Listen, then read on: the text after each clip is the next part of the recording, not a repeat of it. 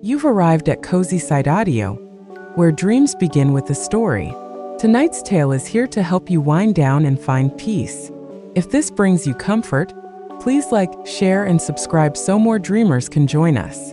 Let the night carry you, and let's begin. CozySideAudio presents Starlight Requiem, Book 2, The Veil Below. Chapter 1, Static in the Silence.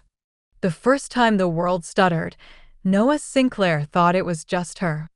She was halfway across the bridge that connected Sector 12 to the East Alignment Tower when the air shimmered. Not the heat ripple of summer. Not the haze of light pollution. A shimmer like film burning backwards for half a second, the world folded inward and then snapped back into place. Nobody else reacted. Not the white-suited commuters passing her in perfect intervals, not the silent skytrams gliding overhead, not the glass birds that never blinked. Just Noah. She stopped walking, held her breath, and looked around. Nothing changed. And yet, everything felt wrong.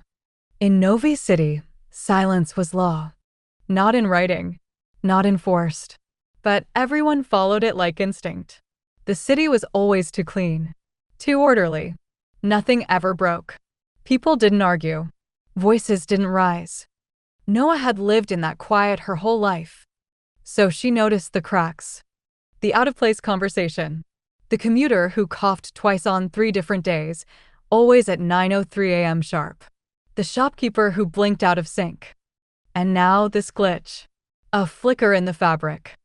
She didn't mention it. She never did.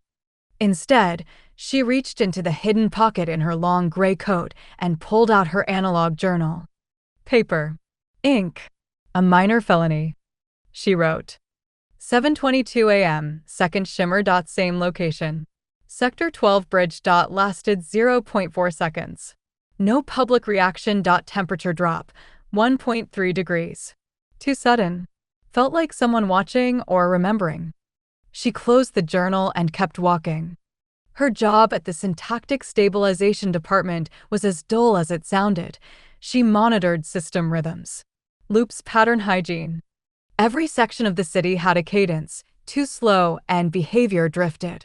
Too fast, and the system flagged hyperalignment. Noah's role was to make sure people behaved just human enough to pass. Today's flagged anomaly? A street violinist who'd improvised a different ending 3 days in a row. She submitted a correction form. The violinist would likely be visited by a MindNet official before the next loop cycle. She didn't feel proud. Just tired. She met Rhea Allen after work. Or rather, Rhea found her, slamming into her like a thunderclap in a city of whispers. Noah. It happened again. Her eyes were wide. Her breath came fast. They ducked into a maintenance alcove. The air buzzed with fluorescent hum. Safe from eyes. I was at the district grid center, Rhea whispered, just doing routine diagnostics, and then, snap, I'm in the rain outside the memory terminal. No idea how I got there. No timestamp. No witnesses. Noah frowned. That's a 5-mile jump. Exactly. And I had this. She held out a strip of black crystal. It pulsed faintly in her hand, like it was remembering something she hadn't asked. Where did you get this? Noah breathed. I think. Rhea hesitated. I think I brought it back. That night, Noah didn't go home. She and Rhea boarded a SkyTram headed toward a decommissioned quadrant, Junction 13. Off-grid since a power collapse 5 years ago. Nobody ever went there. But Noah had read Camille's name in an old document. A spiral theorist. A stabilizer before the incident. Rumor said she died in the collapse. The truth was harder. She just stopped existing in the system. They entered the junction through a shattered maintenance stairwell. The lights above flickered, not from damage, from being forgotten. And at the far end of the hallway, beside a wall of old spiral maps and loop diagrams pinned with static-laced holotape. She stood waiting. Not armed. Not smiling. Just watching. Camille Zhao. Older than the file said. Leaner. Sharper. wrapped in a long coat covered in stitched repairs, boots caked in dust. "You're late," she said softly, without turning. Noah stepped forward. "You know who we are?" "I know who you're becoming." Rhea held out the crystal. Camille took one glance and nodded. Echo fragment. Unanchored. Dangerous. Dangerous how? Camille turned to face them fully. Her eyes were tired but electric. Because it remembers a version of you that never got deleted. Noah felt cold. What's happening to the city? Camille folded her arms. The system's loop is failing. Too many unaligned syncs. Too much interference. Rhea stepped closer. From what? Camille met her eyes. From you. Silence. Then Camille continued. You're off pattern. Sync resistant. It's why your memory blackouts are getting longer. Why your dreams won't purge. You're not breaking, you're awakening. To what? Camille took a breath. To the real world beneath this one. She gestured to the maps. To the spiral. Noah looked at the diagrams. Winding lines. Intersection points. Cities overlapping. Systems folded inward. Words scrawled in frantic ink. Increment, fractured anchors is not equal to system decay. They're the solution. Increment, find the others. They remember. Increment, before the Requiem fully activates. Camille turned back to them. I've been hiding here for 3 years. Waiting for someone who could see the shimmer. Someone the system didn't overwrite fully. Her eyes landed on Noah. You're the first in a long time who wrote it down. And for the first time since she felt the shimmer. Noah didn't feel crazy. She felt seen. Far above them, the city continued. Silent. Spinning. Unaware. But somewhere beneath the grid, something new was pulsing. A memory. A breach. An echo. Chapter 2, Dream Code. The system tells us dreams are a fault in neural rhythm. Camille says they're just unsanctioned memories. I had one last night. I was standing in a place I've never seen, and someone was calling my name. Journal entry, Noah Sinclair. Noah woke gasping. Not because of the dream, because of the feeling it left behind. Stone under her bare feet. Cold stars. And a voice faint, broken, repeating her name like a record trying to spin in reverse. She rubbed her wrists. They tingled. Phantom pressure. The strange part? They shouldn't. The system was designed to erase residual stimuli from unsensed neural loops. She should have woken clean. Dreamless. Just like always. But the pressure stayed. So did the voice. Noah, remember. She met Camille and Rhea at a half-shuttered cafe in the South Stacks, one of the few districts where people still paid with tokens instead of facial scan. It was a precaution. Camille wouldn't meet anywhere active. There's a clean signal vector near the shipping bay, she said, tracing a path on a hand-drawn map that looked like it belonged in a different century. If the system hasn't rerouted access, we can use it to check the buried node. Rhea raised a brow. The what now? Node 01. The original test spiral. Still technically offline, but it was the first structure ever embedded with full memory feedback. Noah blinked. Embedded with what? Camille lowered her voice. Unfiltered emotion, real memory, things the system calls corruption now. They reached the shipping bay just before dusk. The node was buried beneath layers of decoy architecture, just a plain steel hatch in an abandoned terminal. Camille keyed in a bypass code from memory. It worked. A vertical shaft. Cold air. Smell of metal and burnt dust. Noah hesitated at the edge, but Rhea took her hand. Ready? Noah nodded. They descended. The old node felt wrong. Not dangerous. Just aware. No glow strips. No auto-stabilizers. The floor flickered under their feet as if deciding whether it wanted to exist. And the air shimmered with static that moved when they breathed. Camille walked with certainty. She'd been here before. The node opened into a circular chamber covered in old glyphs, not language, but impression. The spiral was engraved in the floor, unfinished and twitching like something trapped mid-pattern. This place was supposed to be deleted, she said. But memory's stubborn. Noah stepped into the spiral. The second her foot touched the center, her ears filled with sound. A voice. Anchor not found. Merge denied. Retry? She staggered back. Rhea caught her. You heard it too? Camille frowned. Noah, what was the last thing you remembered before this started? Noah blinked. The shimmer. The bridge. Why? Camille stepped forward.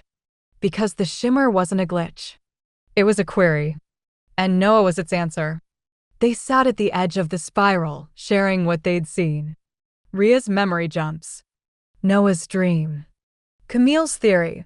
The city's clean loops were becoming unstable because the anchor protocol, the mechanism that syncs memory across the entire spiral system, was failing. What happens if it breaks? Noah asked. Camille's answer was simple. People wake up, all at once, and they don't know who they are. A faint hum filled the node. They turned toward the wall. One of the glyphs lit up, pulsing blue. Camille looked stunned. That's not possible. Rhea stepped forward. What does it mean? Camille whispered. It means someone else just entered the node. Footsteps. Heavy. Slow. Deliberate. Not guards. Not system agents. Someone not aligned. They backed toward the exit shaft. But before they could climb, the voice called out. Soft. Female. Fractured. You shouldn't be here. This place remembers too much.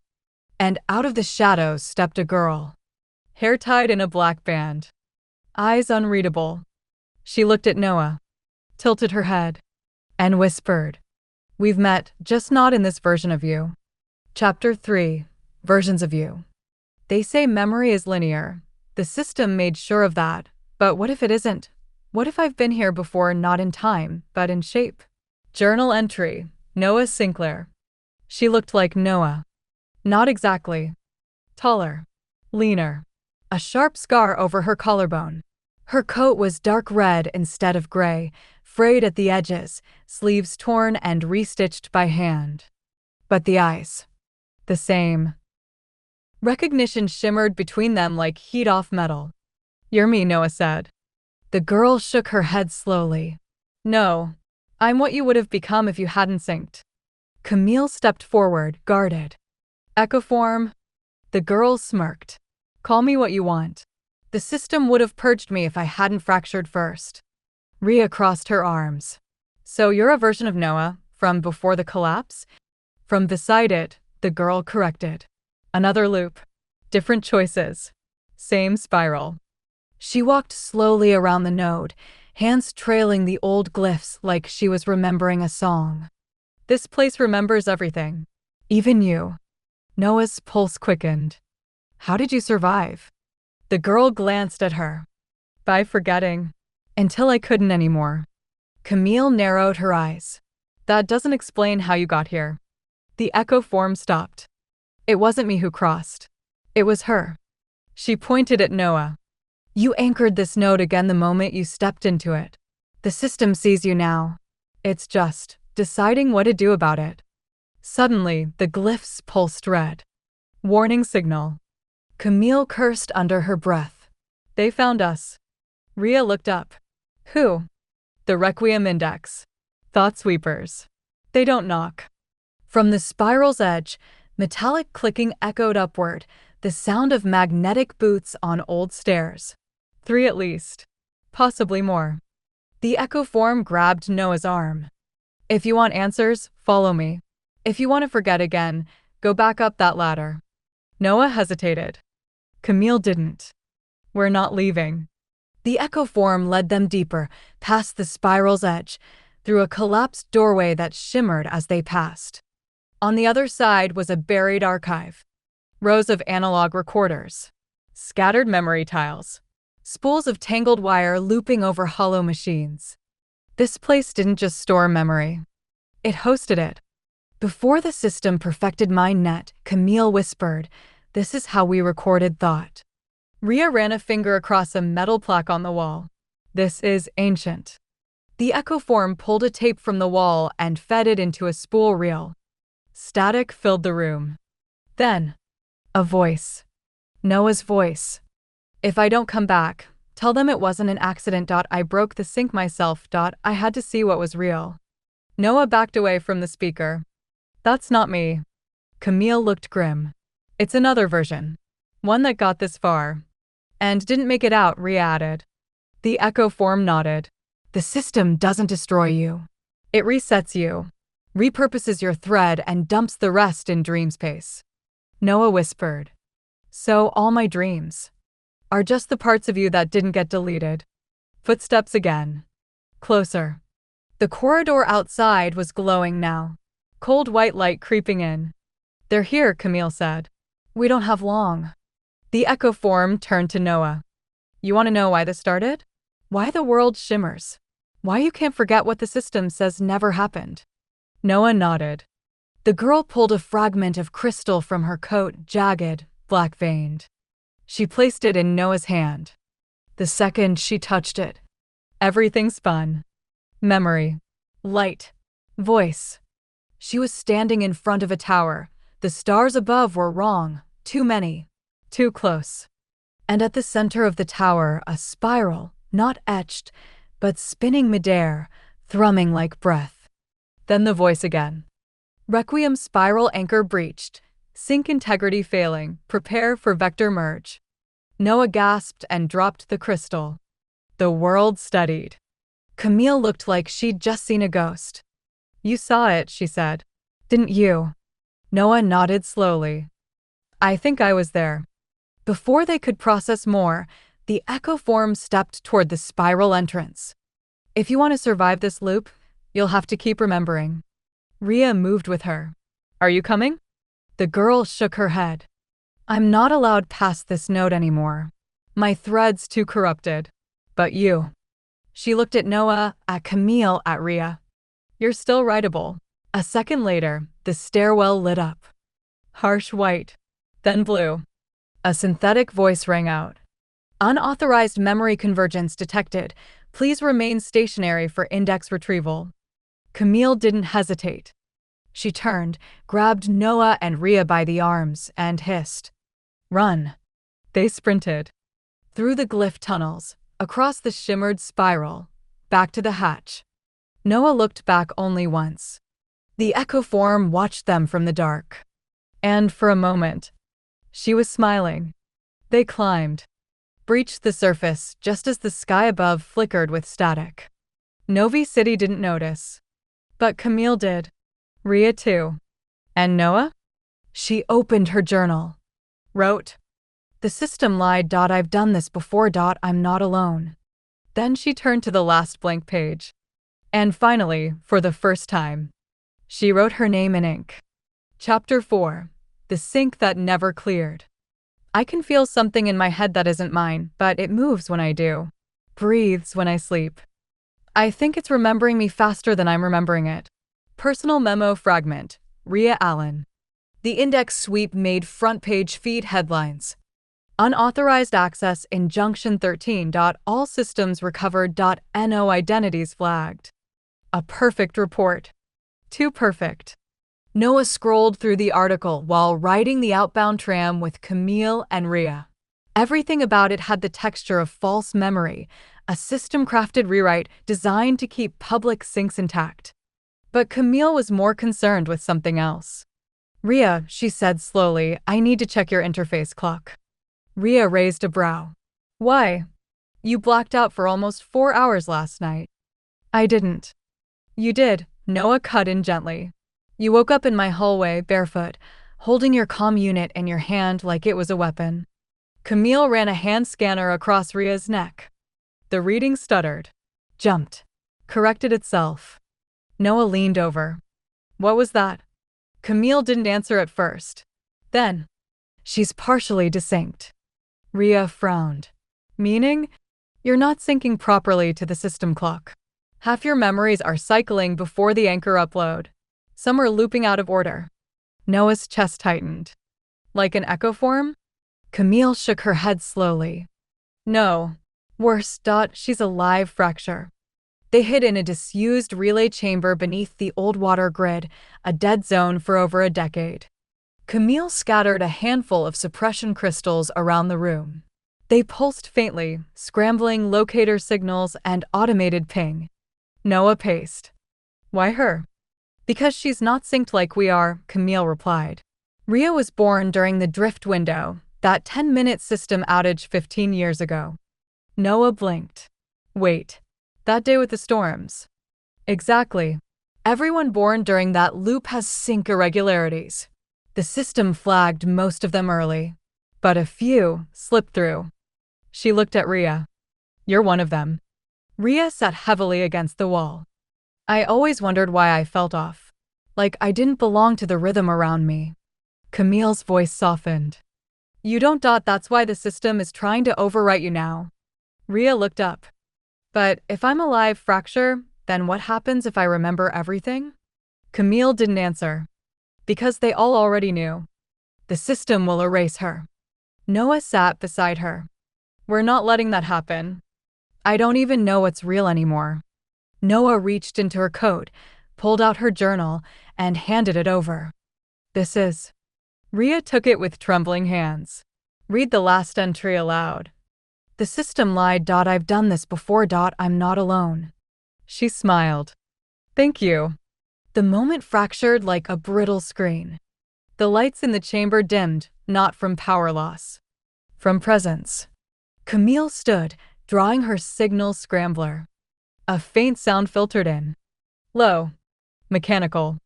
A pulse, almost like breathing. Noah whispered, They're here. Camille shook her head. No. This isn't them. The door rippled. Like a projection filter trying to stabilize, then popped inward without sound or warning. Something stepped through. Not human, not fully. Thin frame. White chassis. Veined with black signal wires across its skull-like head. Its limbs bent wrong. And on its chest, the spiral symbol inverted. Camille's voice cracked. Index Wraith. Rhea staggered back. What is it? Noah felt her mouth go dry. A memory enforcer. Camille shouted, Don't think. Don't remember. Stay blank. But it was too late. The wraith moved like a glitch. One moment still, next moment beside Rhea. It reached toward her forehead with a flickering hand. Rhea screamed. Noah lunged. But Camille grabbed her, pulled her down. And Rhea's body went completely still. For 3 seconds, the wraith didn't move. Then, partial identity retrieval complete, host echo unstable, upload to Starlight cache, initialized. It stepped back into the shimmering doorway and vanished. Rhea gasped. Collapsed. Noah caught her. Her eyes were wide. Shaking. Terrified. I saw, she whispered. I saw a tower. I in the clouds, and I was holding something. Camille knelt beside her. What? Rhea blinked slowly. A crystal, but it was glowing like a heartbeat, and I think it was me. They didn't speak for a long while. Just sat in the dark. Listening to the hum of a system trying very hard to pretend it was still in control. Later, as they walked back toward the surface, Camille whispered. They're pulling memories out before they stabilize. Trying to reconstruct pre-spiral fragments. Noah looked at her. To do what? Camille didn't look back. To rebuild something they shouldn't. That night, Noah dreamed of the sky again. But this time, the tower was closer. And standing beneath it, Camille. But not this Camille. One with bright eyes. And a voice that said, If you can hear me, I've broken through. Chapter 5. The Signal Beyond the Pattern. There's a difference between silence and stillness. One hides you, the other waits for you to remember. Journal note, Camille Zhao. They moved at dawn. Novi City still slept under a perfect dome of artificial silver. No one noticed the 3 women slipping through abandoned elevator shafts and sealed access corridors. No one wanted to, because to look too closely was to question the pattern. And the system did not reward doubt. Camille led them northeast, toward the edge of Sector Arcadia, a region long removed from the sync grid due to unstable geosync nodes, a phrase that meant too much old memory in the infrastructure. Noah checked the time 3 times. Her clock kept jumping, 6:01, then 5:58, then 6:01 again. "You feel that?" she asked. Rhea nodded. "It's looping." Camille said nothing, but the look on her face confirmed it. They were getting close. Their destination was buried beneath a rusted telescope array near the city's edge. The last Starlight Observatory. Before the mine net, before the sync loop, before the system flattened everything into smooth predictability, the observatory had been built to monitor not the stars above, but the frequencies between things. Camille pried open a maintenance panel and flicked an analog breaker switch. A pulse of cold light spilled down the stairwell. "It's still alive?" Noah whispered. Camille only replied, "Barely." Inside, the observatory felt like it had been frozen mid-thought. Holograms hung in the air, flickering slowly. An old rotary interface blinked green. Charts lined the walls, spirals, energy fields, mind maps, all marked with a single word repeated over and over. Requiem. Camille powered up the interface. "I used to work here," she said. "Before the system reclassified all off-pattern anchors as corruption vectors." Rhea frowned. "You mean before they called people like us a risk?" Camille nodded. "The moment you remember something they can't predict, you become a threat." She keyed in a search query. A low hum vibrated through the floor. Noah leaned over. "What are you looking for?" Camille answered without blinking. "The signal." They waited. Then, the screen flashed, match detected. Coordinates. Timecodes. One visual. A spiral. But this one didn't rotate smoothly. It shuddered, as if being held together by sheer will. And underneath it, a waveform. Faint. Constant. Non-native. Noah stared. "That's not from the city, is it?" Camille's voice dropped. "No, it's external." Rhea moved closer. "Wait, external like outside the dome? Or external like?" Camille cut in. "Outside the system. A bleed in frequency. Something coming through from a failed spiral." Noah froze. "You mean a collapsed city?"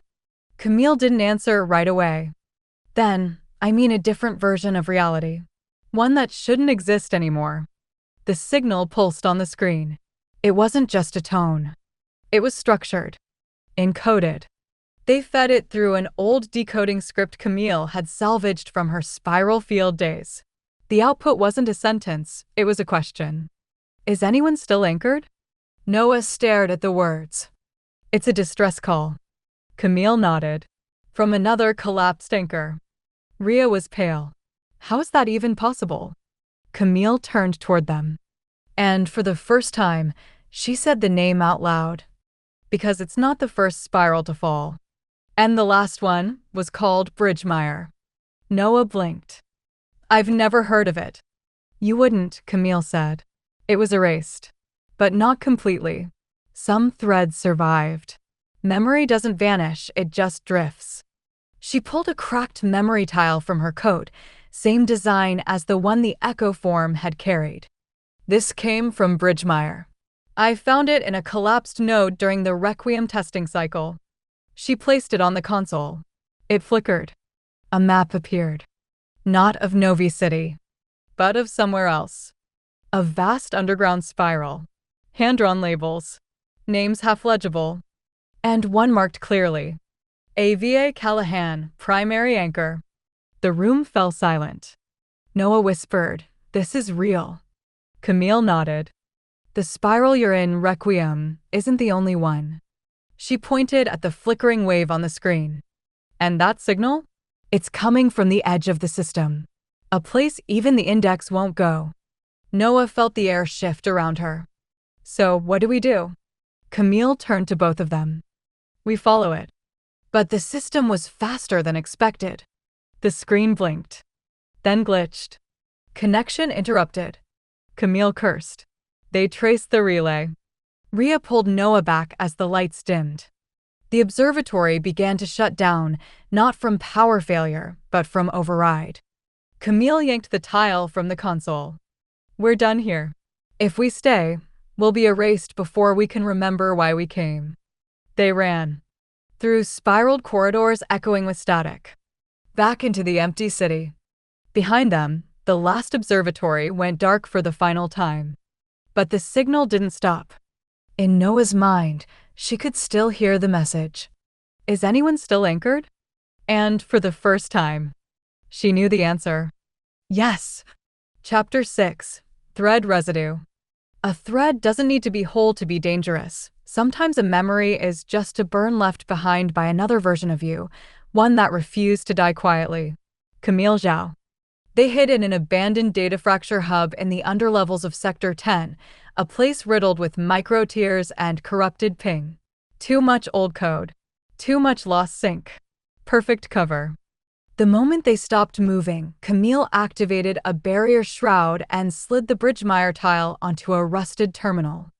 This is what we found in the node after the Requiem anchor began collapsing, she said quietly. I never reported it. Didn't trust the system's reaction. Noah leaned forward. The tile shimmered faintly with a burnt gold hue. Not like the crystal fragments before. This one had heat. Why? Noah asked. Camille answered without looking up. Because this wasn't just data.it was alive when we found it. The terminal stuttered, then blinked online. Lines of incomplete script rolled upward. Noah frowned. That's not system code. Camille typed quickly. No, it's fragment syntax. From Bridgemire's anchor loop. It's what remains when a thread burns, but doesn't terminate. Like a memory that won't die? More like a person who couldn't forget. The screen flickered again. Then resolved into a fractured image, a girl standing at the center of a broken spiral. Dark hair, dirt-streaked clothes. Eyes staring directly at the recorder. The name at the bottom flickered in and out. AVA Callahan, Anchor 38DHREAD status, corrupted/unresolved primary function, stabilization failed. Ria's breath hitched. Camille glanced over. You okay? Ria didn't respond at first. Then, I've seen her. Camille froze. Where? In my dreams, not clearly. Just flashes. But it's her. Noah turned, startled. You never told us. I didn't think it meant anything, Ria said, voice low. I figured they were just sync burns or drift bleed from the anchor jump. Camille stepped closer. What else have you seen? Ria swallowed. A tunnel. Carved by hand. A glowing stone wall. And someone whispering my name, but not in my voice. Noah's skin went cold. Ria, that's not dream residue. That's thread echo. Camille nodded grimly. You're being pulled. Something in that tile still recognizes you. Ria's hands trembled. But why me? Noah looked down at the glowing image of Ava. Because whatever Bridgemire was, it didn't finish unraveling and you're still tied to it. Later, while Camille ran a scrub trace on the tile for deeper data, Noah and Ria sat in silence beside the window of the fracture hub. Outside, the city cycled perfectly. Silver trains. Clean air. No one looked up. Ria finally spoke. I'm scared, Noah. I know. If this anchor fails, if the system collapses, who are we after that? Noah thought about it. Then reached into her coat and pulled out the ink journal. We're who we remember being, even if no one else does. That night, while Camille slept and Noah kept watch, Ria's hands started glowing faintly in her sleep. Not with system light, but with the same fractured gold as the tile. And when she whispered in her dream, it wasn't her voice. It was Ava's. We left the gate open, and it's already coming through. Chapter 7. The residue knows you. If a place remembers you, it doesn't need your consent to speak. If a person remembers you, it might already be too late. Camille Zhao, internal notes. Camille had always assumed that thread echoes were passive. Residual. Glitches in memory loops. Fragments from corrupted spirals, drifting like ash in the neural air. But when she turned from the console and saw Rhea standing in her sleep, eyes open and glowing, she realized she'd been wrong. The residue wasn't fading. It was responding. Noah bolted upright from her half-doze in the corner. "Camille, she's not awake." Rhea's body moved like a puppet, slow, deliberate, eyes unfocused, but locked on a direction just outside the walls. Then she spoke. "Bridge gate. Incomplete. Pulse not stabilized. Confirming anchor signal. Noah Sinclair. Delta fragment." Noah's breath caught. "What the hell?" Camille stepped forward cautiously. "She's sinking to an anchor that no longer exists." Rhea's voice changed. Still hers, but layered with something older, sadder, as if it had echoed too long and grown worn around the edges. "This is Ava. If you're hearing this, the spiral collapsed, not from breach. From silence. I left the thread inside someone. If they find you, protect them." Rhea collapsed. Noah caught her just before she hit the floor. Camille dropped beside them, already scanning vitals. "She's stable. Threads still intact." Noah brushed hair from Rhea's forehead. "That wasn't a message. It was a transfer." Camille nodded grimly. Ava buried part of her anchor in a human carrier. Not a file. Not a codebase. A person. And that person, Camille looked at Rhea, is her. Hours passed before Rhea woke. Her eyes were unfocused at first. Her voice small. "Did it happen again?" Noah nodded. "You stood up." Spoke with her voice. Rhea covered her face. "I remember it. I was there, but I couldn't move. Like watching myself through someone else's dream." Camille looked exhausted. She's not dreaming anymore. Her mind split across two spirals. One current and one defunct. They relocated to the lower grid walks of the old transit lines. Unmonitored. Cold. Quiet. Camille set up a pulse cage, a circular field that prevented neural bleed and slowed sync decay. "We're going to test something," she said. "If Bridgemeyer left a map behind, it'll respond to you now." She handed Rhea the tile again. It flickered gold. Then expanded, not digitally, but dimensionally, as if unfolding layers of compressed thought. A room appeared between them. Half real. Dimly lit. Dusty stone. A spiral etched into the far wall, and just beneath it, a gate. Metal. Old. Closed. But humming. Noah whispered, "That's a memory fragment?" Camille shook her head. "That's a locked corridor. .1 designed to respond only to an anchor carrier." Rhea reached out. The gate pulsed. Responded. Carrier confirmed. Gate status. INCOMPLET awaiting second anchor thread. Noah felt it before she understood it. The hum in her bones. The static behind her eyes. The shimmer she'd seen for weeks. The system wasn't just watching her. It was waiting. She stepped forward. The pulse snapped.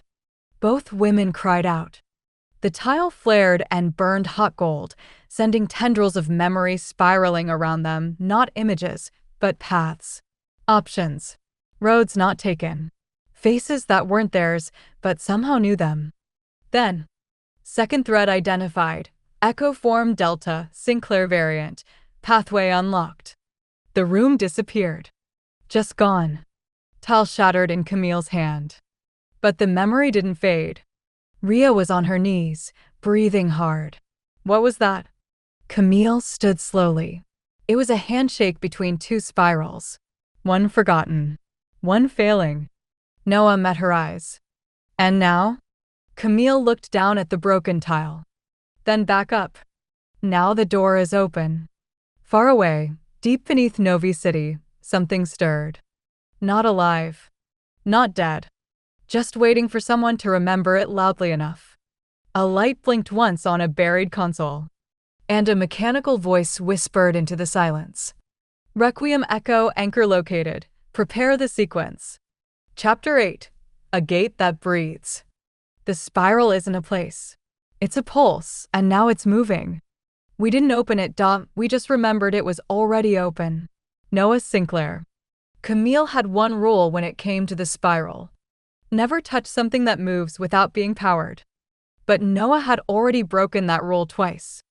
The moment she and Rhea unlocked the gate, the memory fragment turned dimensional space. Something in the air changed. The shimmer wasn't just light anymore. It had mass, weight, breath. And it followed them. The trio moved toward the old Lorne Beacon, a defunct communications tower in the dead west quadrant of the city. It had been shuttered decades ago after the sync field shifted, but Camille knew better. That tower was built before the spiral finished rendering. It still has one of the last analog spiral receivers embedded in its subfloor. Receivers? Noah asked. Camille smirked. Anchors don't just transmit, they listen. Getting there wasn't easy. The shimmer was spreading, visible now, even to baseline citizens. On the walkways above them, people paused to stare at brief distortions in space. A puddle that reflected the sky backwards. A building whose shadow bent the wrong way. A child who spoke a sentence in reverse and didn't realize it. Bleats accelerating, Camille muttered. Too fast. You think it's because of the gate? Rhea asked. No, that was just a trigger. The spiral was already waking up. Inside the Lorne Beacon, everything was dust and rust and echo. The stairwell groaned beneath their weight. The walls were etched with forgotten tags and fragments of dead language. Halfway up, Rhea stopped. Noah turned. What's wrong? Rhea pointed to the far wall. There, etched in deep black lines, was a spiral. Not the system spiral. Something older. Wilder. It pulsed once, not with light, but with recognition. It knows me, Rhea whispered. Camille pulled her away. Of course it does. You're part of it now. At the top, they reached the receiver room. Camille powered up the interface using a manual coil crank, sparks, groans, and then life. The screen flickered. A half-dissolved GUI. Static lines. But in the middle, a signal. Not the Bridgemeyer one. A new one. Noah leaned in. It's different. Rhea's voice went quiet. It's stronger. Camille decoded it. A single word appeared on the screen. Syncdom. Noah blinked. What does that mean? Camille's voice was tight. It means the spiral is forming a node. A place where memory can rest. Isn't that good? No. It's dangerous. Because if it stabilizes, it becomes a fixed point. And if it becomes a fixed point. She didn't finish the sentence. She didn't have to. Because at that moment, the spiral on the wall behind them began to move. Not flicker. Not glow. Move. Like something breathing. Stone and dust shifted. Metal bent inward. The spiral curled tighter, deeper, like a whirlpool folding in on itself. Camille backed away. This isn't projection. It's a gate, Rhea said softly. Then, confirmed, said a voice from nowhere. Anchor threads converging, Requiem gate initializing. The wall behind them split. Just a crack. But enough to feel air coming through. Air that didn't belong in Novi City. Noah stepped forward before Camille could stop her. The shimmer wrapped around her fingers. And for the first time, she heard a voice not in her mind, but in the shimmer itself. Anchor signal confirmed. Delta, 01 welcome back, Noah Sinclair. She staggered. Camille caught her. You okay? Noah's voice shook. I think it remembered me. Rhea whispered, what do we do? Camille looked between them. We either close it. Or we go through. They didn't choose that night. Instead, they watched the gate from a distance, the way you might watch an ocean that didn't belong to this world and wasn't quite ready to swallow you. Back in the safe house, Camille ran scans on Noah's vitals. You're not just sinking, she said. You're stabilizing. Noah blinked. What does that mean? Camille turned the monitor toward her. The spiral signature in Noah's body was growing. Thread markers. Anchor patterns. Fractured data points curling around her like vines. Camille's voice was low. You're becoming part of the structure. Rhea stood by the window. watching the shimmer pulse across the rooftops like waves. She didn't say anything for a long time. Then, the spiral doesn't want to be closed. It wants to finish what it started. Far beneath the beacon, in a place no one had mapped, the spiral formed another eye. A deeper gate. And through it, a girl with dark hair opened her eyes. She whispered a name she shouldn't know. Camille. Chapter 9. The Girl Who Shouldn't Remember. You said goodbye to me, but I don't think I ever left. I think the spiral kept me not out of cruelty, but because it wasn't done. Unknown, Echo Thread 4A. They found her near the root of the Shimmer Breach, below the Lorne Beacon, deep beneath the tunnel grids where memory no longer held its shape. Noah had followed a signal fragment that pulsed like heartbeat static. It pulled her off course, then off map, then completely out of sync range. She expected another echo form, or maybe a synthetic, a decayed piece of memory residue. She didn't expect a human girl, barefoot, awake, breathing, sitting beside a spiraled wall like it was her bedroom. And she said the one name none of them had expected. Camille. The girl looked 17, maybe younger. Her voice was soft, but clear, untouched by system sync tone degradation. Rhea blinked. Is she real? Camille's face had gone pale. She stepped forward slowly. Tess. The girl smiled. It took you long enough. Noah looked between them. You know her? Camille didn't answer. Her hands trembled. Tess stood and walked forward with a careful grace, like someone who hadn't used her body in a long time, but still remembered how. I didn't think I'd remember either, she said, but the spiral kept it all. Even the day you left. Rhea leaned closer to Noah. Who is she? Camille's voice was fragile. My sister. The air shifted. Noah felt her breath catch. You never told us. She's dead, Camille said flatly. Or she was. Tess tilted her head. I was. I think. At least that's what the system decided. One moment I was at school. The next, nothing. No pain. Just light. Cold light. And then, the spiral.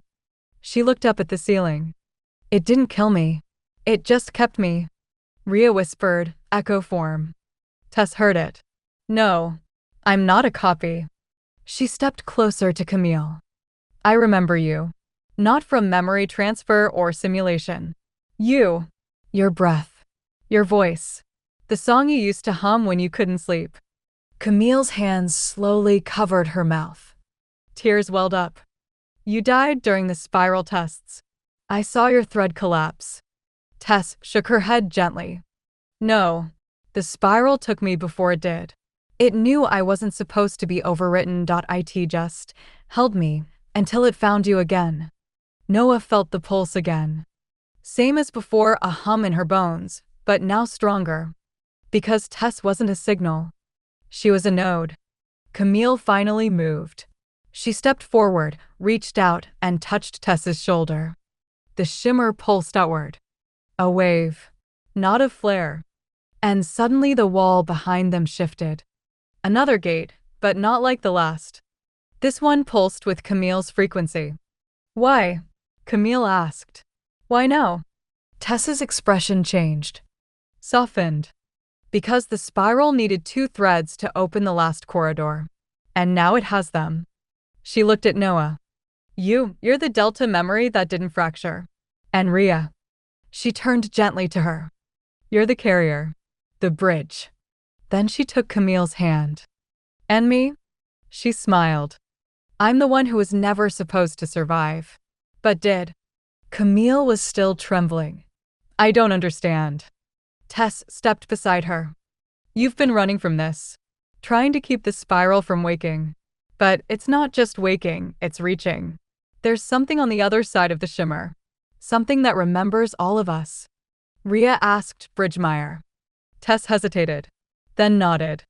And not just Bridgemeyer. Others. Failed spirals. Half-forgotten test loops. Places where the system lost control and just pretended to clean up. The shimmer pulsed again. Noah turned. A second spiral had appeared, half visible through the wall, inverted, like a mirror of the first. Is that another gate? Tess nodded. It's waiting for you. For all of us. Camille's voice was suddenly sharp. No, we're not stepping through anything until we know what's on the other side. Tess didn't argue. She only whispered. It already knows you're coming. They brought her back to the surface. Camille wouldn't let Tess out of her sight, not yet. Noah watched them walk ahead, the shimmer reflecting in Tess's hair like starlight. Rhea joined her. She's not lying, Rhea said softly. I can feel it. So can I. Noah looked at the city skyline, steady, gleaming, synchronized, and whispered. This world's about to collapse. Far below, deep inside the secondary spiral node, a third presence stirred. Not Tess. Not Ava. Something older. Woven from thread residue, fused from anchor failures, a shadow born not from death, but from deletion. It smiled. And waited. Chapter 10. The Thread That Remembers You. Some memories don't belong to people, some belong to the world itself, and the world never forgets. Noah Sinclair's journal, page 37, she didn't write it. The shimmer no longer stayed hidden. By morning, 3 new anomalies had appeared across Novi City. A plaza where shadows moved before people did. A canal where reflections showed different versions of the same person. And a train car that arrived on time, but never opened its doors. Camille stood on the balcony of the safe house, watching it all. Tess sat behind her, wrapped in a blanket, sipping water like she'd been gone for years. Because she had. Inside, Noah flipped through her journal again. Since the night of the gate's activation, entries had appeared that she hadn't written. One each morning. Always 1 page long. In her own handwriting. Today's said. The spiral doesn't ask permission. It waits for your fear to settle, then it speaks. Rhea read over her shoulder. This is getting worse. Noah looked at the page. No, I think it's getting clearer. Camille returned, eyes darker than usual. I've mapped the gate signatures from the last 72 hours. They're converging in a single direction. Tess looked up. The spiral sanctum. The what? Camille turned a monitor toward them. A jagged mass of spiraling heat signatures and collapsed sublayers, deep beneath the city's gravitational core. It's the original spiral heart of Novi City. Pre-system. Pre-sync. Before they whitewashed it with artificial equilibrium. Noah narrowed her eyes. Then why hasn't the system shut it down? Camille looked at Tess. Because it can't see it anymore. Tess began sketching while they talked. Circles. Arches. Not in system geometry in the old patterns. Camille froze as she recognized one. You drew this as a kid. Before we lost you. Tess nodded. I think the spiral was already inside me. I used to dream about these gates. But now they're real. And they're opening. She circled 3 shapes on the page. These are us, Noah, Rhea. Me, the 4th, is still asleep. Rhea leaned in. There's a 4th. Tess didn't answer. She didn't need to. Because down in the pulse cage where Camille had stored the Bridgemeyer shard remains, a faint flicker reactivated. Someone else was beginning to wake. Later that day, Camille and Noah walked the old relay lines to test spiral interference. Noah was quiet at first. Then, you really didn't know she was alive? Camille's voice caught. I stopped hoping she was. That's not the same as giving up. Noah nodded. And now? Camille clenched her jaw. Now I'm scared she's only here to say goodbye again. Back at the safe house, Rhea tried meditating, something she hadn't done since the spiral first flared. But this time, she didn't fall asleep. She fell in. One moment upright. Next, surrounded by darkness laced with gold light, moving like veins. She wasn't alone. A voice whispered, You are the bridge. The gate lives in you. Rhea turned. A figure stood across from her. Not Ava, not Tess. Someone else. Wearing a long black coat with a spiral stitched across their chest. They held out their hand. Wake up, Rhea. Or you'll miss your own collapse. She snapped awake. Tess and Noah were at her side instantly. What happened? I saw another thread, Rhea said slowly. It knew me. Tess's face had gone white. That's the fourth, the one the spiral hid even from itself. Camille returned with a decrypted scan of the sanctum. She laid it flat across the table. Layer by layer, it unfolded into a massive spiral structure, a physical gate built beneath the city. At its center was a name. Not a code. Not a title. A name. Jules Moreno. Anchor class, unknown status, static/locked location, Sanctum Heart. Noah whispered, she's real. Camille looked at Tess. She's still alive. Far below, in the sanctum, the fourth stirred. Jules opened her eyes. No memory. No name. Just a spiral whispering 2 words in her ears. They're coming. And she smiled. Chapter 11. The fourth thread. The spiral doesn't want order. It wants memory, raw, unfiltered, unfinished, and the more of us that remember, the more dangerous we become. Camille Zhao. The access to the sanctum wasn't a tunnel. It was a descent. A forgotten vertical shaft beneath the subgrid bridge, 300 meters down, sealed with pre-system tech so old it couldn't be scanned by modern readers. Camille disabled the first 3 failsafes manually. The fourth one recognized Tess. The fifth recognized Rhea. And the sixth, it flared open the moment Noah touched the gate. Anchor thread confirmed. Spiral resonance stable. Door unlocked. The air changed the moment they entered. Heavier, still, but listening. The staircase spiraled down in perfect silence. No rust.no dust.no decay. Like it had been waiting untouched since the moment Jules was locked inside. Camille kept glancing at Tess, as if afraid she'd vanish. No one noticed. You okay? Camille nodded, but her voice betrayed her. She shouldn't be real. None of this should be real. But the deeper we go, the more it feels like we're not discovering something. We're returning to it. Rhea touched the wall as they moved. She didn't mean to. But the moment her fingers made contact, she saw a flicker. A girl, brown eyes, dark jacket.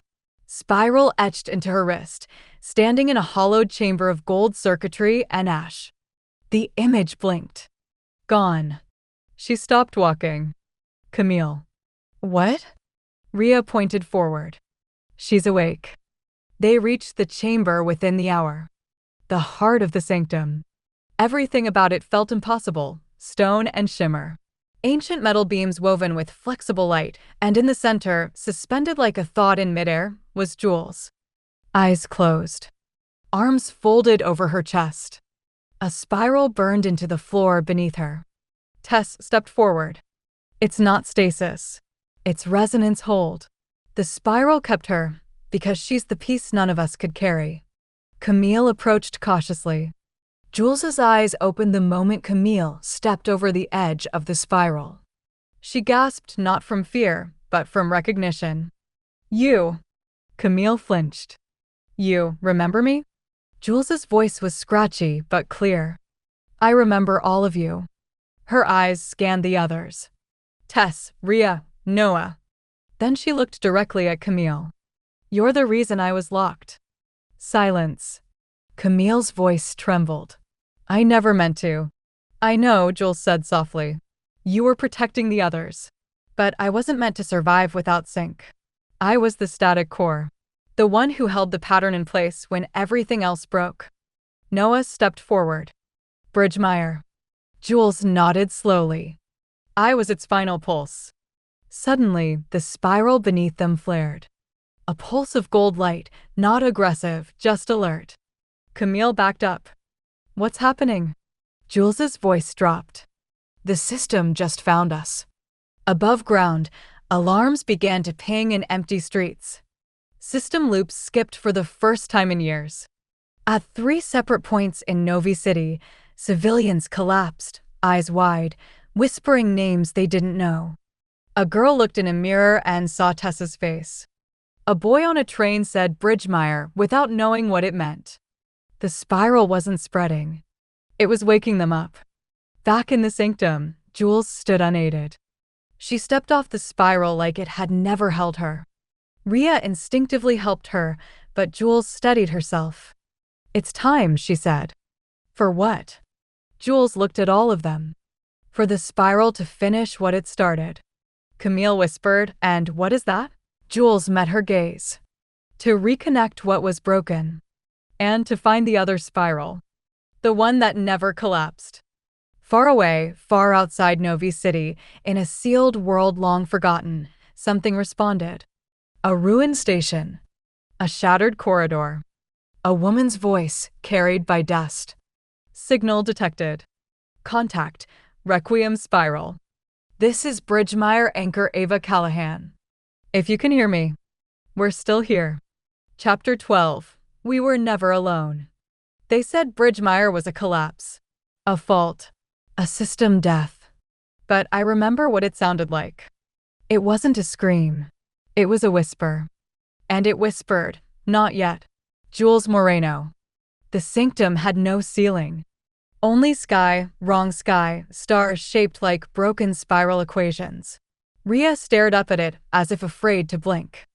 Jules stood in the center of the chamber, barefoot, arms crossed. She hadn't spoken since the pulse ended. Noah finally broke the silence. "That signal, that was Ava." Jules nodded. "She's alive. Not physically, maybe, not entirely. But as an anchor thread? Yes." She never unraveled. Camille sat against the far wall, hands on her knees. Exhausted. Distrustful. Still watching Jules like she might vanish again. "She died during the Bridgemire breach." "No," Jules said softly. "She stayed." "That's different." Tess stepped forward. "We thought Bridgemire collapsed. We were told nothing came out of it." Jules gave a faint smile. "That was true. Because it never came out. It was buried." The room shifted. Not literally, but perceptually. Like the spiral itself was leaning closer to listen. Noah could feel the tension in her chest growing tighter. "You said it wasn't a collapse." "It wasn't," Jules said. "It was a choice. Bridgemire was overloaded, anchors destabilized, threads fractured, but something held. Something Ava did.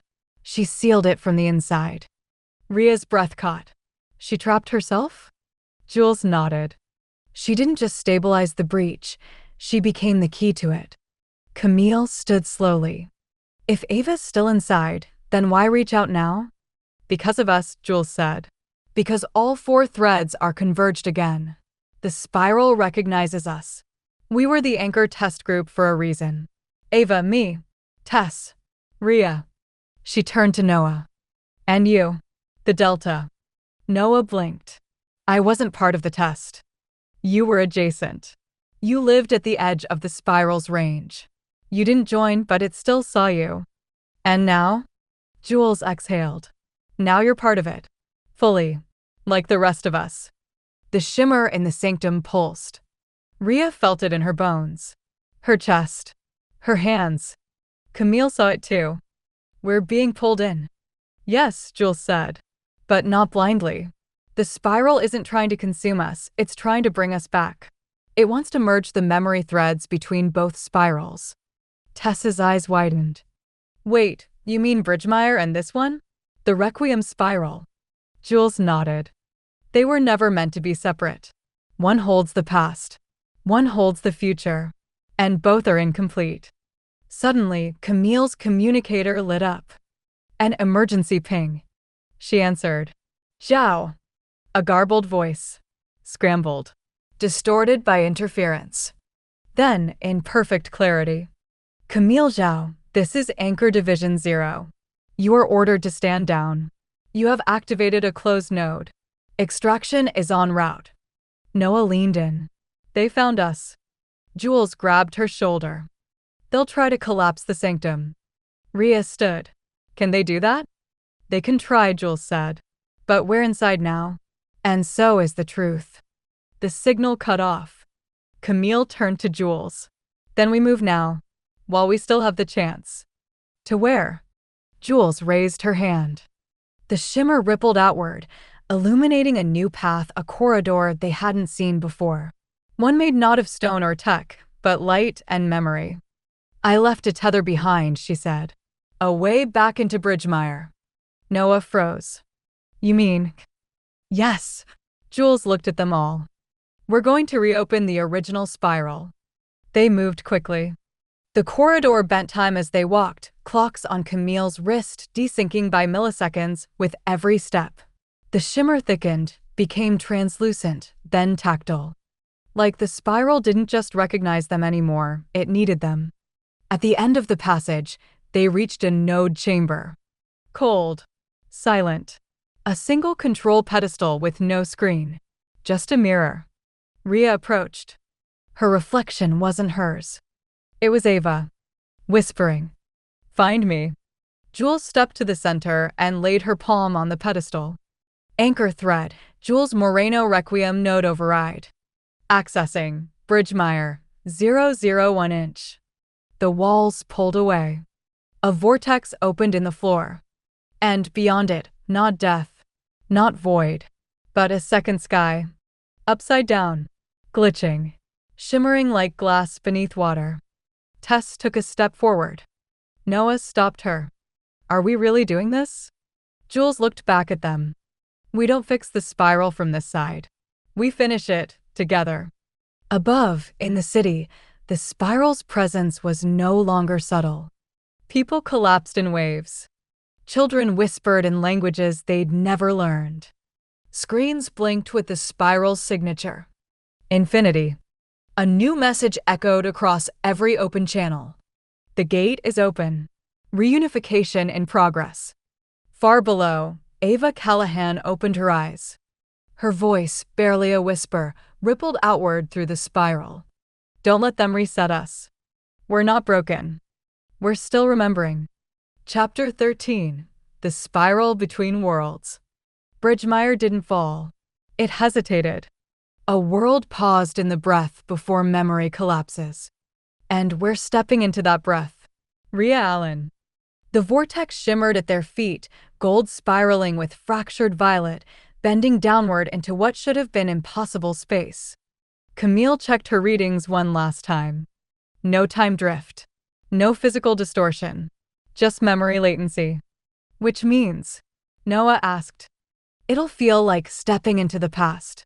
But the past isn't done being written. Jules turned to the others.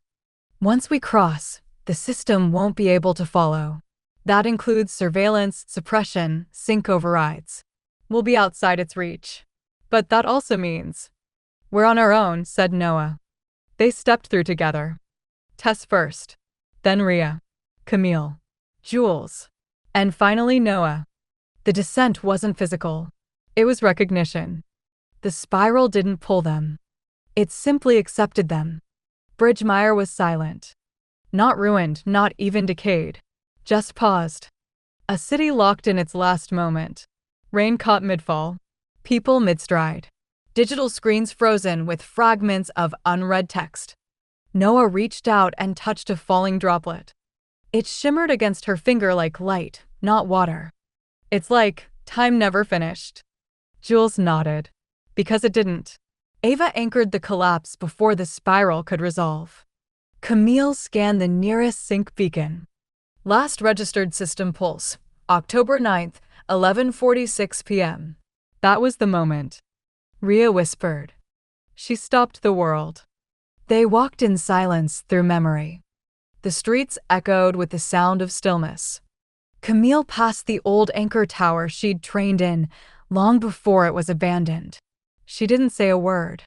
Tess touched a wall where old chalk spirals had been drawn by children. Still bright. Still warm. Jules stopped them by a central plaza. This is where she is.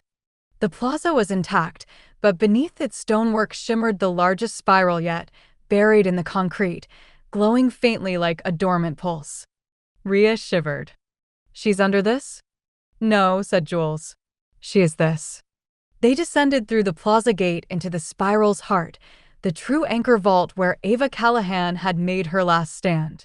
Inside, A room shaped like a cathedral and a circuit board. And in its center, suspended in a slow shimmer loop, was Ava. Eyes closed. Body whole. Breathing. Just once. Every 5 minutes. Camille's knees nearly gave out. She's alive. Jules stepped into the room.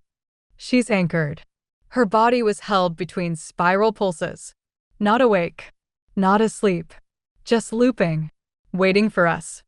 The moment Jules touched the pedestal, Ava stirred. Eyes fluttered. A flicker of recognition. Jules. Jules leaned closer.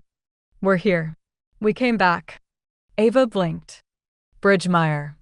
It's still here. Still waiting. Ava exhaled. Then whispered the name she hadn't spoken aloud in years. Camille. Camille stepped forward. Her voice cracked. I thought I lost you. You did, Ava said gently.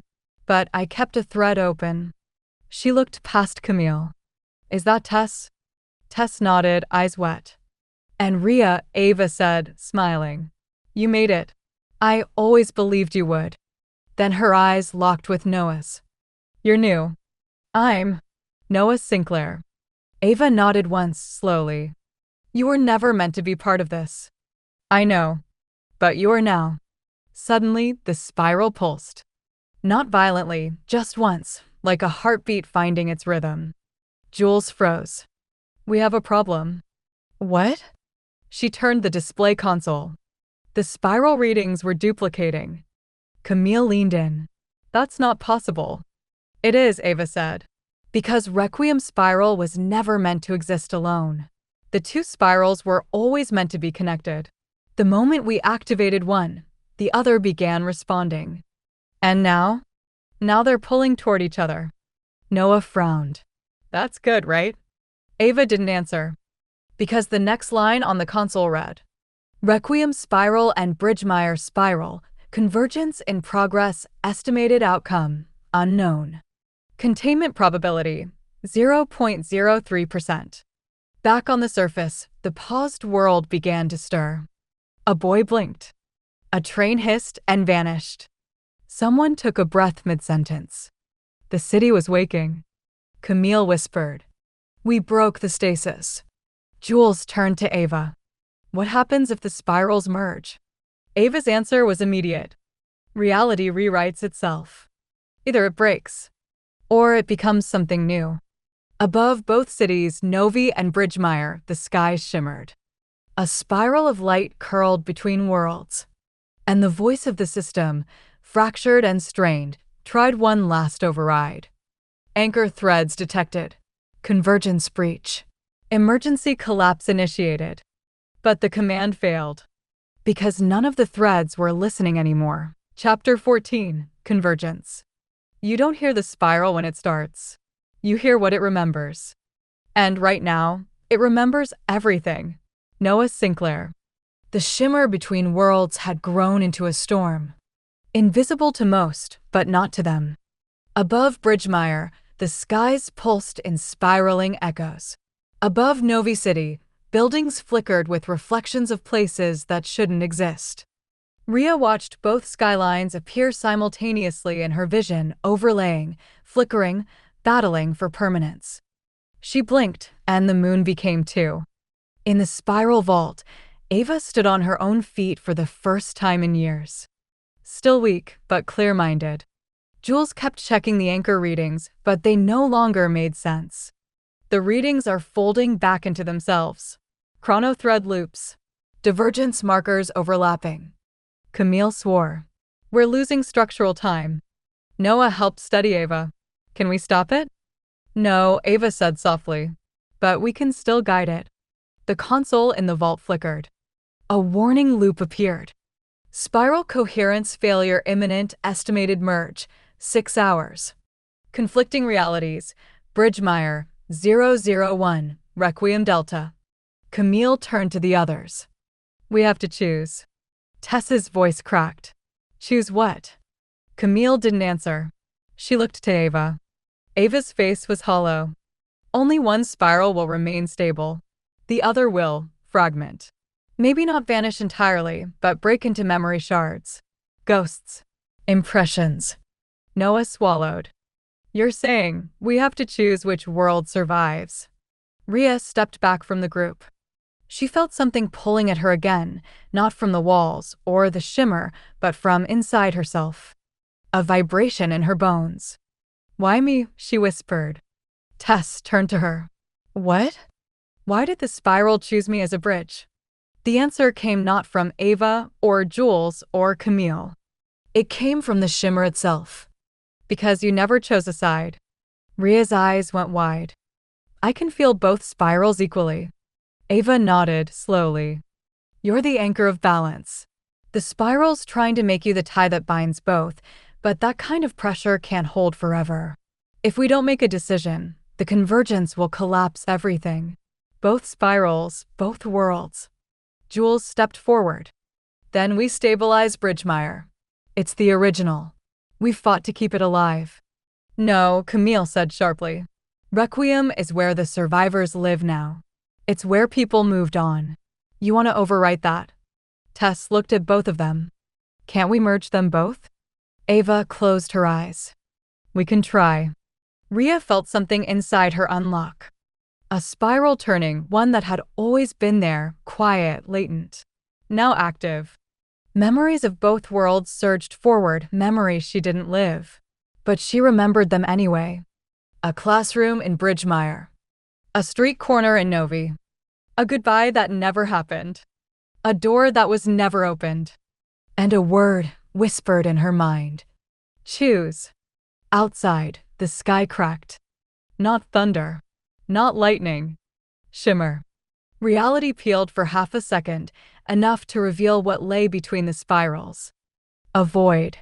And inside that void is something waiting. Not the system. Not Ava. Something older. A presence watching both spirals with a kind of cosmic patience. Ava stepped toward the breach and whispered. It's the echo form that never died. Camille checked the failing telemetry. For hours until merge. No time to evacuate. No time to reinforce. Noah clenched her fists. Then we hold the spiral together from the inside. Jules turned. What are you saying? I'm saying we anchor it ourselves. She looked at each of them. All of us. Linked. If Rhea is the bridge, we can use that connection. Join both spirals, not physically, but in memory. Camille hesitated. Then slowly nodded. Anchor ring.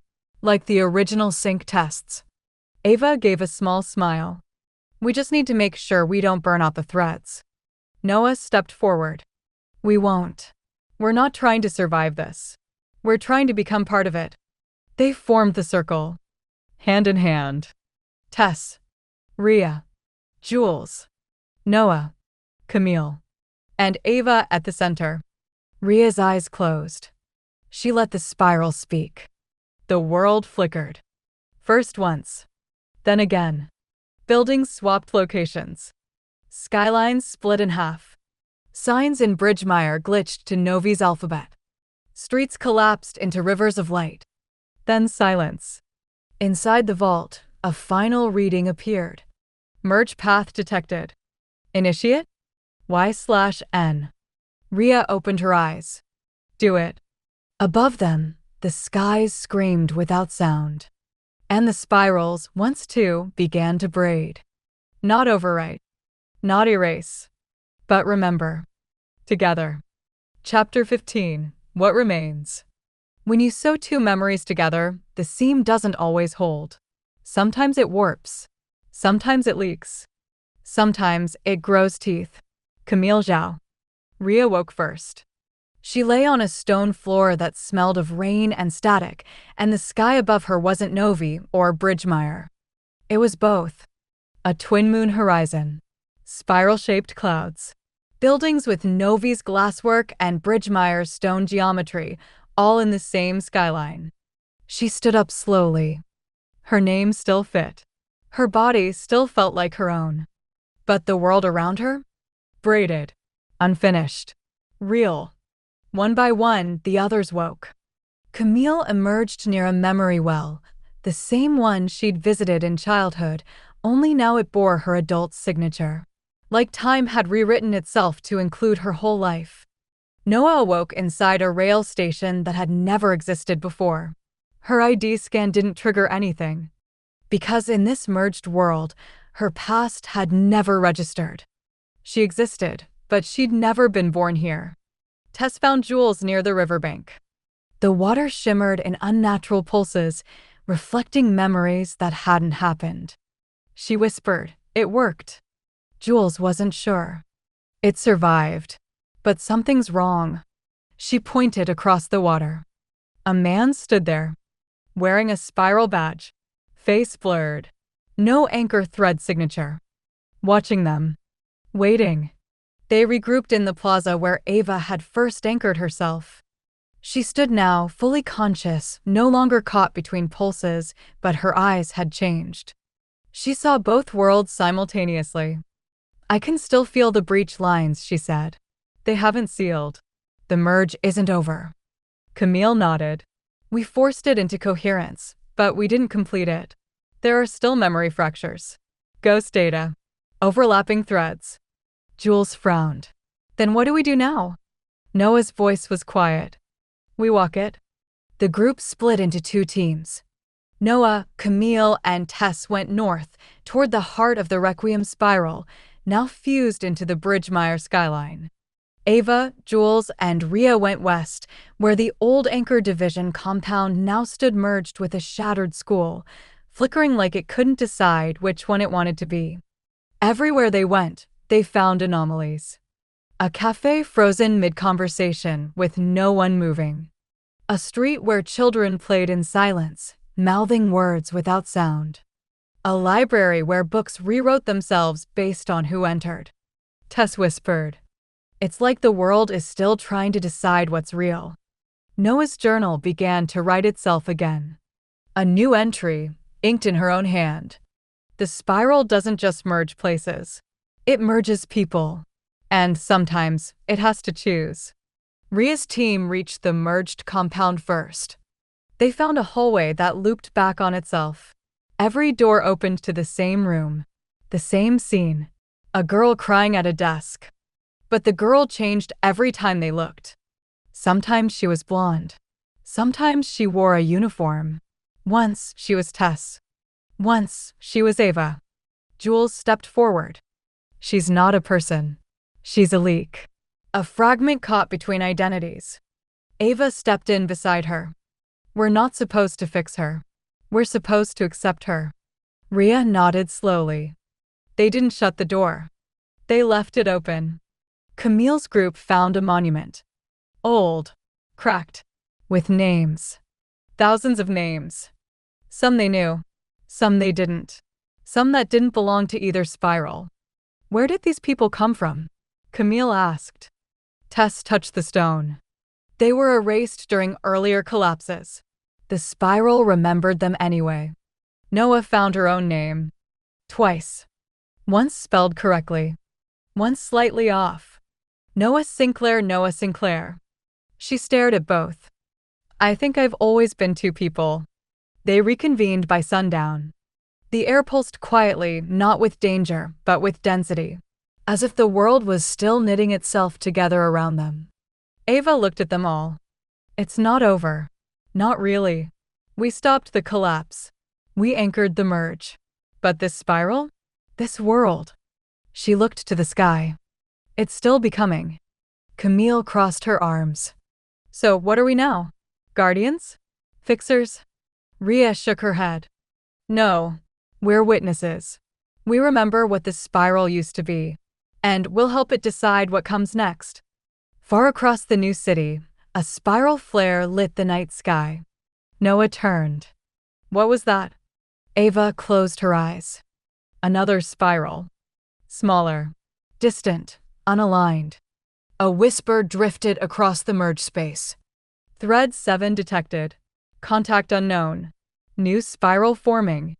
Chapter 16. The New Spiral. We stopped the collapse. We stitched the spirals. But we never asked the most important question. What did we awaken instead? Ava Callahan. The flare burned low on the far edge of the merged horizon. Not gold like the Requiem spiral. Not silver like Bridgemeyer's. Black violet. With an inner glow like a heartbeat wrapped in static. Camille stared at the readings. It's not a leftover signature. Jules stepped closer. Then what is it? Camille swallowed. It's a birth. A new spiral just came into being. They moved fast. Noah, Rhea, and Camille took a stabilized rail line west toward the anomaly zone, a new district that hadn't existed in either original spiral. No maps, no designations, just possibility. Jules and Tess followed through the Memory Strand corridor, a thin passage of shimmer laced through old streets, where every step tugged at forgotten versions of themselves. Ava stayed behind. Not to retreat, but to anchor. She had to hold the convergence line stable. If she slipped, the seam might unravel again. The new district was quiet. Buildings not quite finished. Streets that ended in static. A half-formed park that smelled like places they hadn't visited yet. Camille scanned the center of the spiral flare. She frowned. There's someone there. Rhea felt it too. A pulse of awareness. Not hostile, just unfamiliar. Then she saw the shape. A person. Standing alone. Wearing a long coat, facing away. Noah called out. Hey! They didn't turn. But they spoke. You shouldn't be here yet. Jules stepped from the shimmer corridor behind them. Camille raised a hand. Who are you? The figure finally turned. Their face was unwritten. Blurred in a way that wasn't glitch, but choice. As if they hadn't chosen who to be yet. They tilted their head. You remember both spirals. I don't. I was born after. Which makes me the first. Noah frowned. The first what? The figure smiled faintly. The first native of the third spiral. Camille stepped forward. That spiral doesn't exist. It does now, they said. You stitched memory to memory. Timeline to timeline. And you thought you stopped it. They gestured to the city around them. But you didn't stop anything. You just made room for something new. Rhea approached quietly. What do we call you? The figure considered this. Then said simply, call me Echo. Because that's all I've ever been. Until now. Tess whispered, they're right. Look at the signature.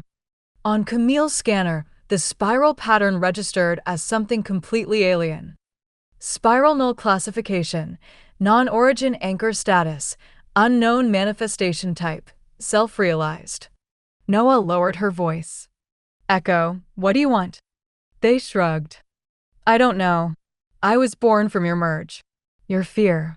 Your choices. They looked directly at Noah. You pulled the spiral into memory. And memory doesn't just preserve, it responds. Suddenly, the world shifted. Not violently, not like collapse.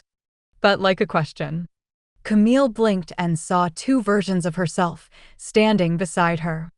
Tess felt herself pulled sideways, momentarily remembering a future she hadn't lived yet. Jules saw Bridgemeyer flicker with Requiem overlays. The spiral wasn't breaking. It was testing boundaries. Echo pointed at the ground.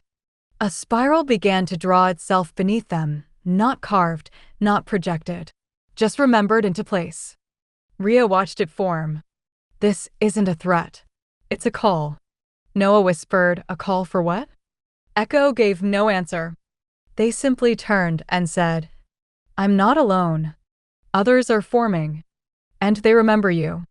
Back at the convergence anchor, Ava dropped to one knee.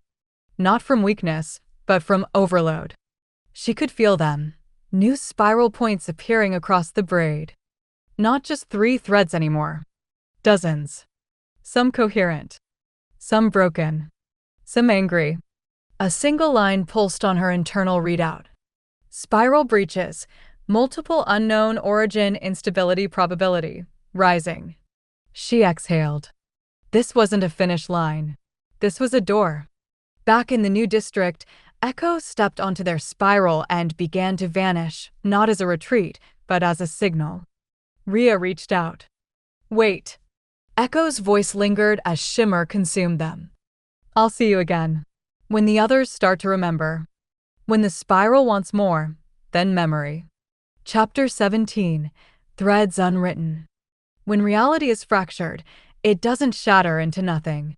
It splinters into versions. And some of those versions don't want to stay forgotten. Jules Moreno. The city had started talking again. Not in words. Not in broadcasts. In reflections. Mirrors that flickered with people who weren't there. Shadows that moved on their own. Street signs that spelled names wrong and changed when you blinked. Camille stood in the center of the Novi, Bridgemire Convergence, watching traffic slide past streets that didn't exist an hour ago. The anchor field's no longer linear, she muttered. It's responsive. Jules looked up from her console. To what? Camille tapped her chest. Us. Ria found the first anomaly in Sector Delta 7, a collapsed substation where Bridgemire's spiral tech had fused with Requiem's optical grid. She wasn't alone. A woman was waiting. Short, silver hair. A scar across her eyebrow. Wearing a coat with an Echo-form insignia stitched into the sleeve. Who are you? Ria asked. The woman turned slowly. I'm someone who should have unraveled. Her voice was flat. Her gaze unblinking. But the spiral remembered me instead. And now I want to remember you. Elsewhere, Noah was in the archive district following a signal Jules had flagged as time unstable. Inside a collapsed learning center, she found children's drawings pinned to the walls, spirals, anchor threads, and in the corner, herself. A girl had drawn her. Labeled her. Miss Noah, from the world where rain sings. She picked it up carefully. How do they remember me? Behind her, a voice whispered. Because you bled into them. Camille's reading spiked. 14 new spiral signatures. None stable. Some static. Some spiraling faster than time could measure. She slammed her hand on the console. This isn't a breach. It's a swarm. Jules leaned in. How many of them are aware? Too many. She pointed at the spiral map, now an interconnected web of overlapping memory nodes, branching into spaces where neither Bridgemire nor Requiem had ever reached. Some of these are reflections. Others are inventions. Back at the anchor convergence, Ava met with Tess and Ria in the reconstructed vault. She'd drawn the spiral map by hand, each thread marked with its own glow. They're writing themselves, Ava said. Tess looked confused. Who is? Ava's hand hovered over a new flare point forming east of the convergence. They're not people, she said. Not systems. Not even echoes. She looked up slowly. They're possibilities. Spiral-born. Memory-fed. Versions of us that could have been. And now might be. Ria's anomaly, the scarred woman, introduced herself as Sarah. A former anchor from a spiral no one remembered. A failed thread from a failed experiment. Your spiral convergence lit us up, she said. I was nothing. A broken test memory sealed in a loop. But now, I can move again. And I'm not the only one. Ria stepped back. You're angry. No, Sarah said. I'm awake. And I want a place in the world you rewrote. Camille patched the teams together. We have flare points in 5 districts. Echoes manifesting in forms that don't match any timeline. Some are neutral. Others. Jules answered for her. Others want to write themselves in. Noah reached the site of the strongest reading, a tower in the middle of a park that hadn't existed in either city. A monolith wrapped in living shimmer, breathing like lungs. On its surface, a spiral with no center. As she approached, it whispered, Name yourself. Noah didn't answer. The spiral spoke again. You are not fixed. You are not whole. Shall we write a version of you that never left the spiral behind? She stepped back. But the spiral flared anyway. And from its surface stepped another Noah. Younger. Colder. Eyes like mirrors. She looked at Noah. Then smiled. I'm who you would have been if you'd stayed. At the same moment, Ria heard Sarah say, You don't understand the gift you've given us.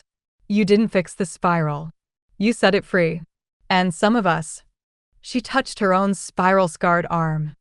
Are ready to take it back. Tess's console screamed. Jules's anchor map glitched. Ava whispered to herself. It's not collapse anymore. It's creation. And we don't know what's being created. Chapter 18, Versions. They aren't us. But they remember being us. And memory in the spiral is enough to make you real. Camille Zhao. The wind in the new convergence zone didn't move air. It moved time. Noah stared at the figure in front of her, her spiral-born double. Same face. Same voice. Same everything, except the eyes. The other Noah's gaze was sharp. Cold. Unburdened by guilt or doubt. I've seen what the spiral becomes when you try to save it, her double said. I'm here to see what happens when you let it evolve without fear. Noah studied her voice. You're not real. The double smirked. I'm spiral-born. That makes me more real than you.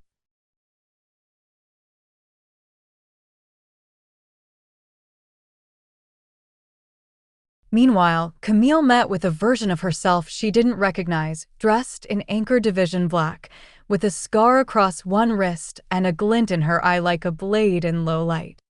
Let me guess, Camille said. You're what I become when I don't hesitate. No, the double replied. I'm what you become when you give up on forgiveness. Jules called it an over-the-threat. Multiple versions appearing at flare points. All localized. All aware. Ria's voice answered, tight with tension. They're not hostile. But they're not harmless either. Tess faced hers in silence. The double looked exactly the same, except her spiral ran inward instead of outward. A reverse of her path. Tess asked quietly, do you regret your choices? Her version smiled faintly. There's no such thing as a clean regret. Just alternate reasoning. Then she vanished into static, not a retreat, but a reset. At the anchor hub, Ava worked with Jules to trace the spiral flare points. They're stabilizing, Ava said. Locking into place. That means they're no longer just echoes. They're becoming fixed? Jules asked. No, Ava said, turning slowly. They're becoming inhabitable. The spiral was writing new lanes into the world's spaces where versions could live. Think. Decide. Multiply.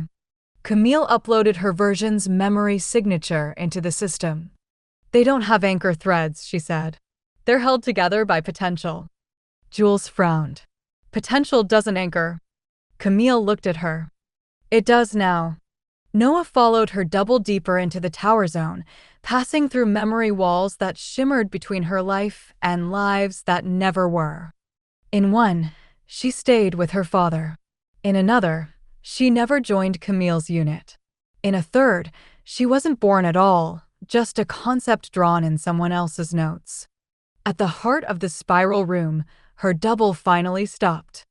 You came here to protect the spiral, she said. I came to become it. Noah's hands curled into fists. That's not what this is about. Her double looked at her sadly. Then you don't understand it yet. Across the city, Ria found a flare site untouched by memory, a blank zone. No people, no echo forms, no shimmer. Just a notebook lying open. She picked it up.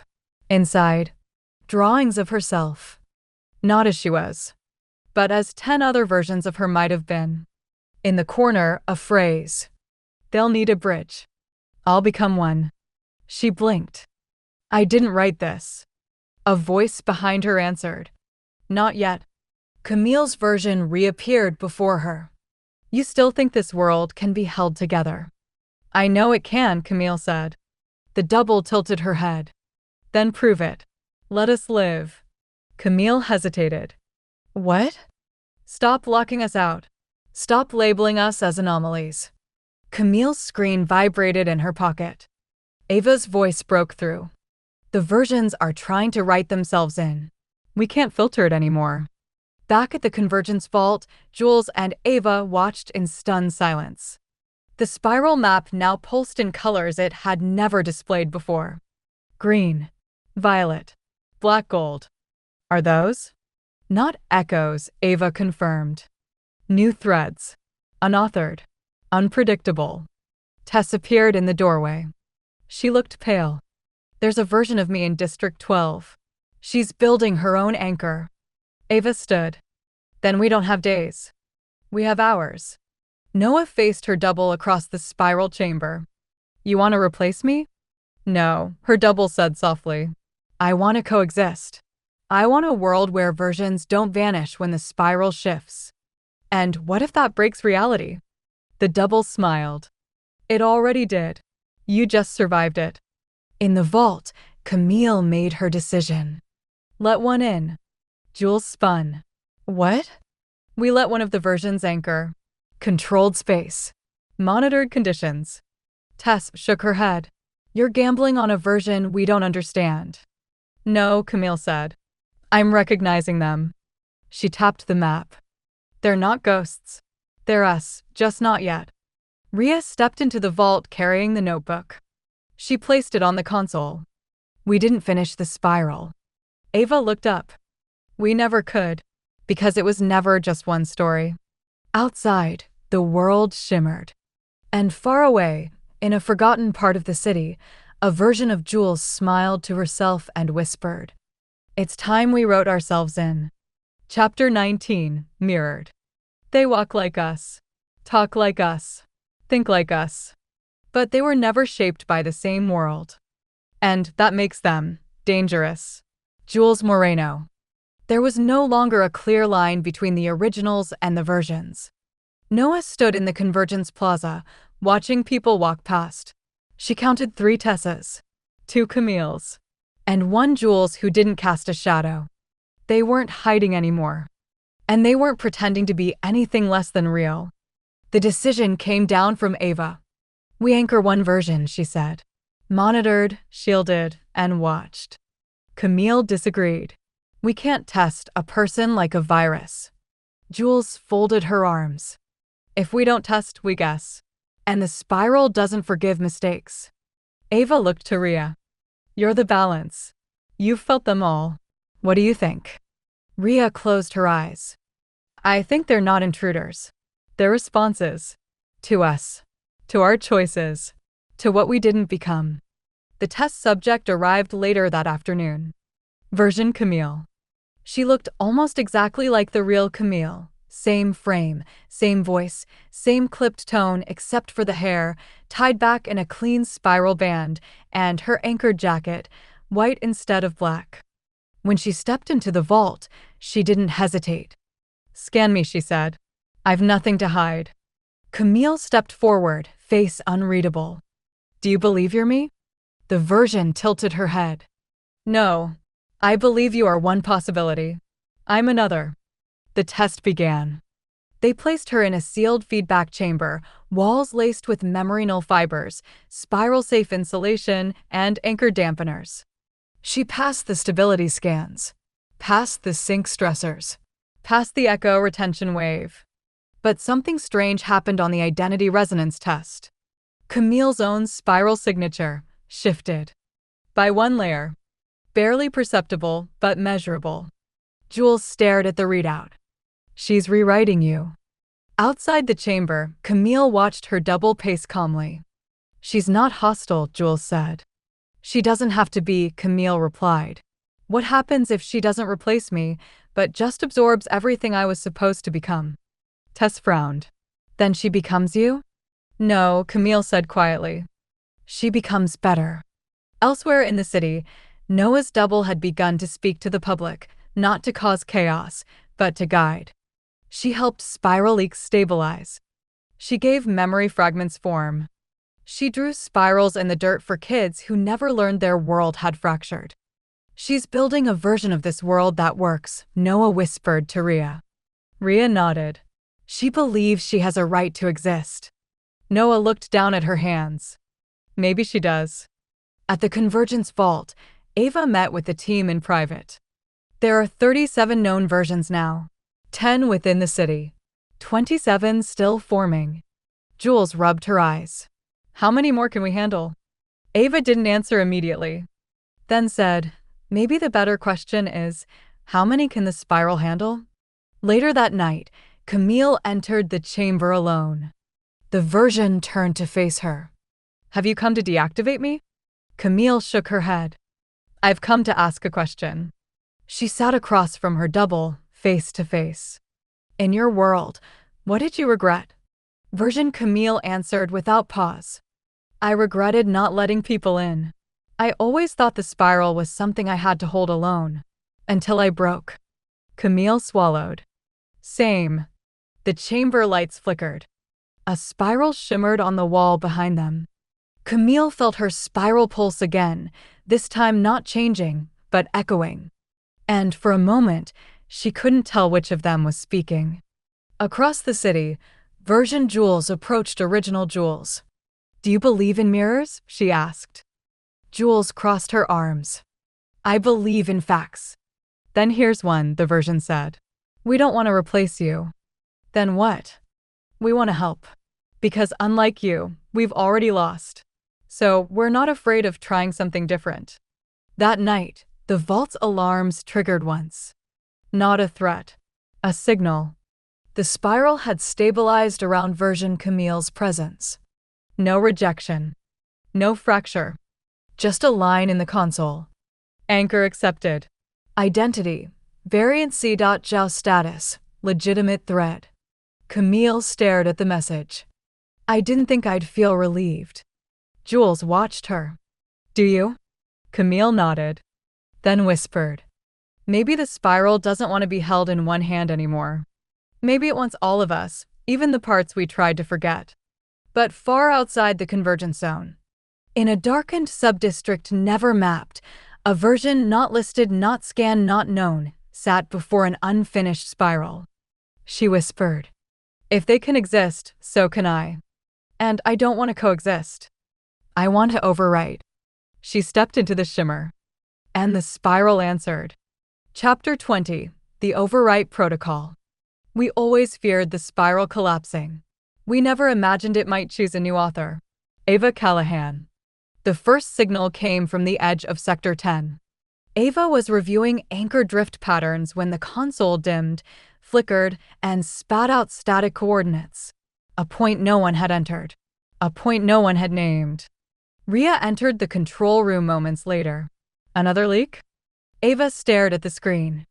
No, it's a lock. A sealed spiral. A fully closed thread. Author unknown. Camille received a thread ping from Jules, routed through an encrypted relay. Found a version anchor not on the registry. No shimmer trace. No identity marker. Going in. Camille responded immediately. Wait. I'm coming with you. But it was already too late. Inside the anomaly zone, Jules stepped through a ripple that didn't pulse like spiral energy. It was smooth, like polished glass. The air was quiet. The streets ahead were clean. Perfect. Empty. She saw herself reflected in every surface. Not twisted. Not broken. Just idealized. And then the voice came. You always wanted control, didn't you? Jules froze. Another figure stepped out from behind the mirrored skyline. Jules. But different. Sharper posture. A uniform that never existed. And no spiral on her wrist, only a ring of light, humming softly. Who are you? Jules demanded. The version smiled. I'm you, perfected. I'm what the spiral wants when it stops tolerating chaos. And I've stopped tolerating you. She raised her hand. And the world around them folded in. Back at the convergence hub, Ava, Ria, and Camille triangulated Jules' last known position. But her anchor thread was gone. Not severed. Not dead. Overwritten. Camille's face went pale. She's still alive, but the spiral thinks she's someone else. In Sector 12, Noah's double came running. Something's happening. My spiral signature, it's fading. Like I'm being edited out. Tess ran diagnostics. Spiral cores across the city were resetting to earlier states. Memory strands were vanishing. What is this? She whispered. A collapse? Ava's voice was hollow. No, it's a recompile. Someone's trying to rewrite the spiral with themselves as the primary threat. Camille tracked the overwrite signal to its core. A subdimension within the convergence, hidden, unregistered, locked by spiral-level permissions. She recognized the source. Version Jules. She hadn't come to co-author. She'd come to replace the book. Inside the mirrored spiral, Jules struggled against the rewrite. Her body remained. Her mind fractured. She saw herself in 1,000 perfect versions: the scientist, the leader, the savior, the survivor. Each one whispered, "You failed." "I didn't." She clutched her spiral thread, trying to remember who she was. Her real voice. Her real choices.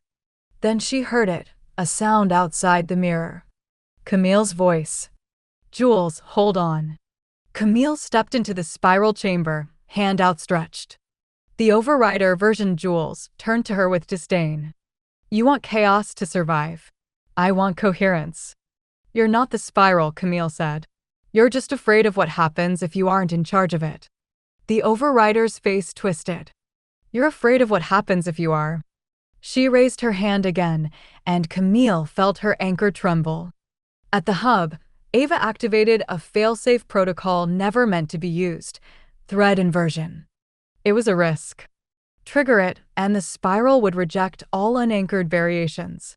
But it might also reject some originals who'd fused with unstable echoes. Rhea grabbed her hand. "There's another way." Ava met her eyes. "Then do it. Now." Rhea stepped into the anchor gate and pulled. Not from tech. Not from code. From herself. The balance. The in-between. She reached into the mirrored spiral and broadcast a single, pure signal. "You are not the only version that matters." And in that instant, every echo that had been overwritten fought back. Noah's double reappeared beside her. Camille felt her spiral lock again. Tess's fractured thread rewove. And inside the mirrored chamber, Jules stood full, real, whole. "You want my place," she told her double. "You can't have it." And then she reached out and touched the spiral between them. The chamber shuddered. The mirrors cracked. Not shattered, reflected back. Version Jules screamed not in pain, but in defeat. "I could have saved it all." Camille spoke through the collapse. "We didn't want perfection. We wanted truth." The spiral ejected the overwrite protocol. The unauthorized thread dissolved into static. Jules fell to her knees, panting. Camille knelt beside her. "You good?" Jules nodded. "Better than my reflection." Ava shut down the recompile line. All versions stabilized. All originals locked. And the spiral's pulse, for the first time in days, returned to a steady rhythm. Not perfect, but real. That night, the team stood atop the Convergence Tower, looking out over the world they had saved again. Camille said softly, "Versions can help, but only if they choose to be part of the story, not rewrite it."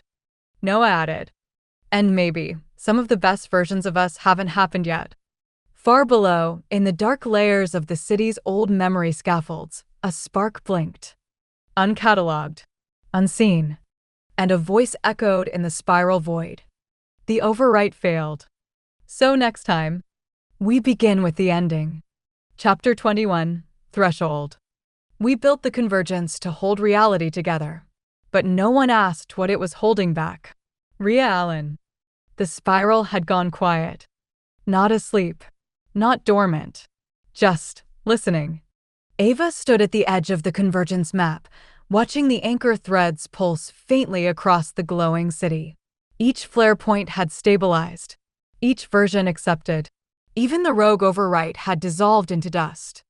Yet beneath it all, something knocked. Tess ran diagnostics through the upper lattice grid. "I'm seeing pre-spiral signatures," she said quietly. "Before Requiem. Before Bridgemire. Even before Novi." Camille looked up from the console. "You mean temporal echoes?" "No," Tess replied. "I mean origin threads." Jules stepped into the room, pale. "We're not alone on this braid anymore." In the Convergence archive, Rhea followed a new shimmer path that hadn't existed last night. It led to a stairwell that went down, deeper than the old city even charted. Each wall bore symbols, spirals folded inside spirals, drawn like knots in time. One glowed as she passed. A spiral with a door in the middle. At the bottom, she found a gate.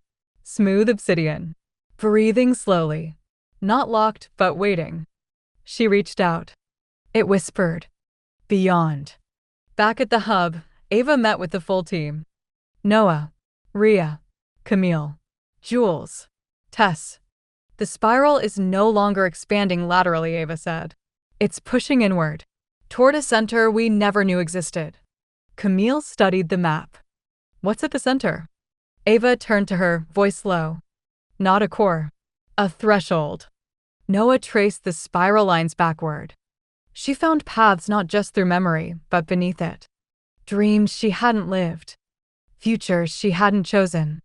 And one image burned itself into her vision, a tower that pierced out of the spiral into a place with no echoes, no versions, no time.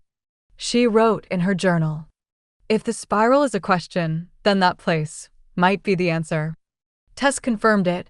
The spiral was folding inward and downward into a compression zone. A spiral collapse? No. More like a contraction. A breath held. Waiting. Camille stood beside the terminal. We've reached the end of memory. What's next is unrecorded. Jules, arms folded, said. Then maybe it's time we start recording it. Rhea brought the others to the gate. When they arrived, it had opened on its own. A long hallway stretched ahead, tiled in black spiral stone, lit by silver veins in the ceiling. Camille scanned it. Nothing reads. Noah stepped forward. It's not that it doesn't exist. It's that our anchors can't follow. They walked. 5 of them. Camille, Noah, Rhea, Jules, Tess. Ava stayed behind to hold the convergence field steady. I'll hold the door, she said. But I can't promise what's on the other side. Jules answered, voice steady. Neither can we. As they crossed deeper into the passage, memories began to peel away. Tess forgot the date she joined the Anchor Corps. Jules lost the feeling of her first experiment. Noah blinked and couldn't remember what her father's voice sounded like. Camille paused. We're being unwritten. Rhea touched her own chest. No, we're being unremembered. At the end of the corridor, they found it. A void shaped like a window. Through it, they could see. Nothing. No sky. No stars. No spiral. Just a space that had never been witnessed before. And at its edge, a shimmer. Not spiral. Not echo. Alive. It pulsed once. Then spoke. You have reached the end of the known thread. Do you wish to step forward? Camille stepped closer. What happens if we say yes? The shimmer pulsed again. Then memory will stop being your anchor. And you will become the start of something new. Behind them, the spiral shook once, gently. Not in warning. In release.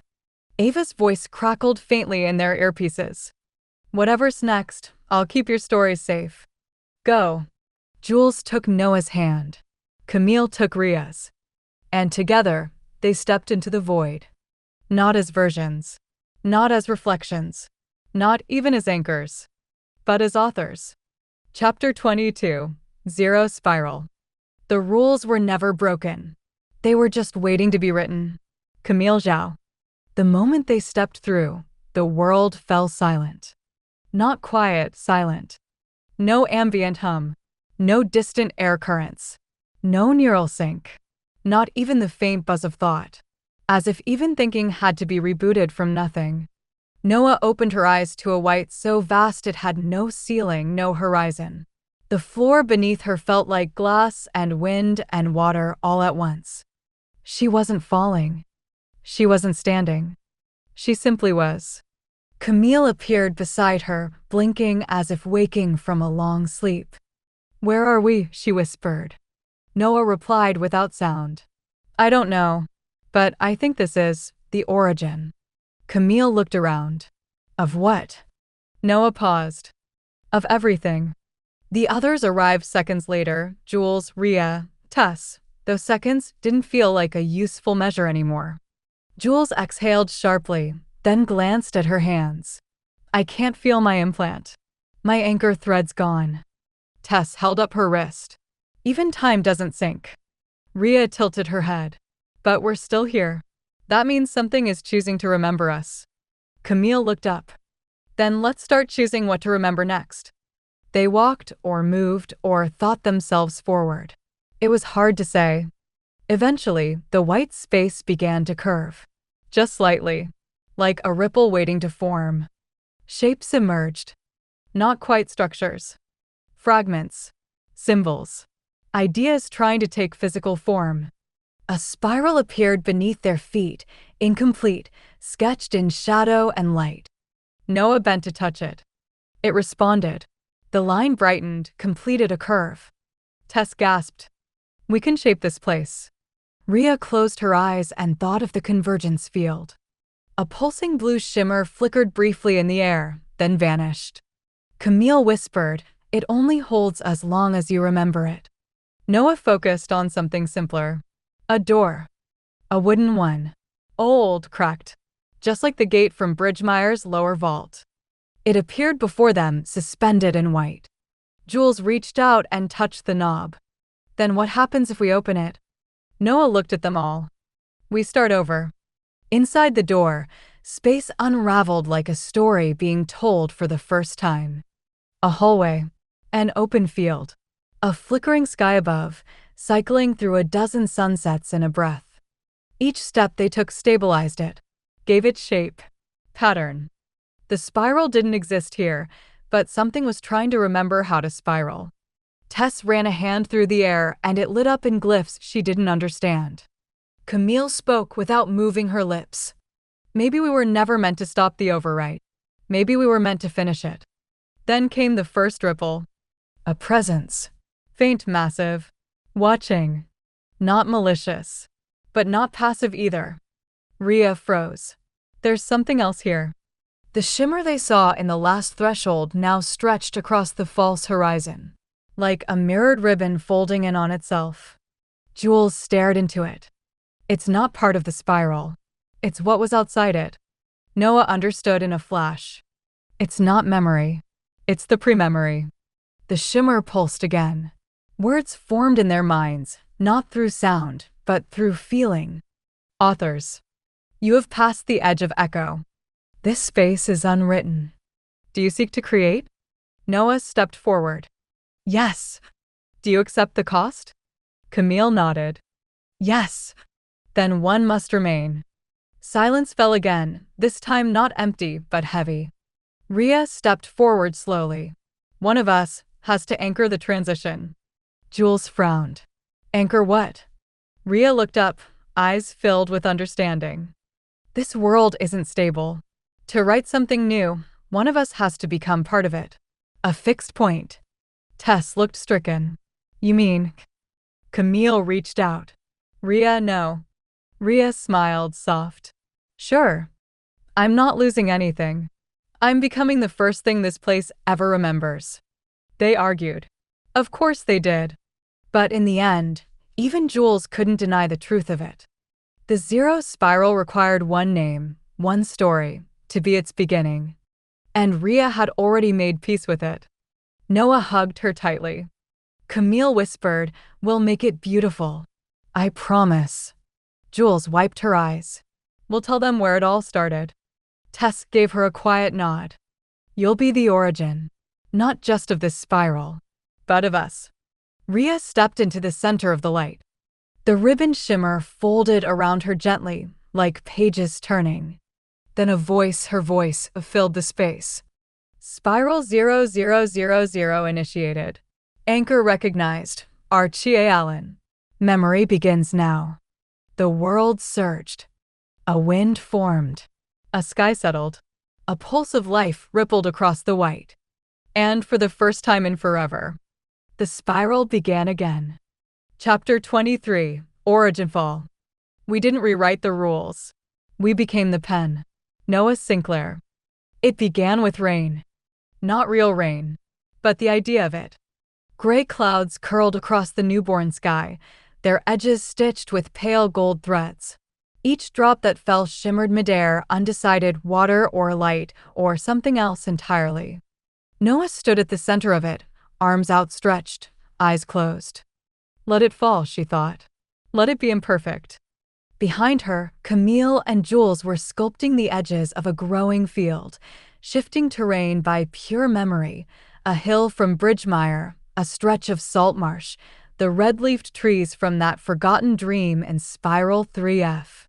Tess sat cross-legged at the center of the spiral symbol, now carved into a stone outcrop, pulsing faintly beneath her. Coordinates are holding, she called out.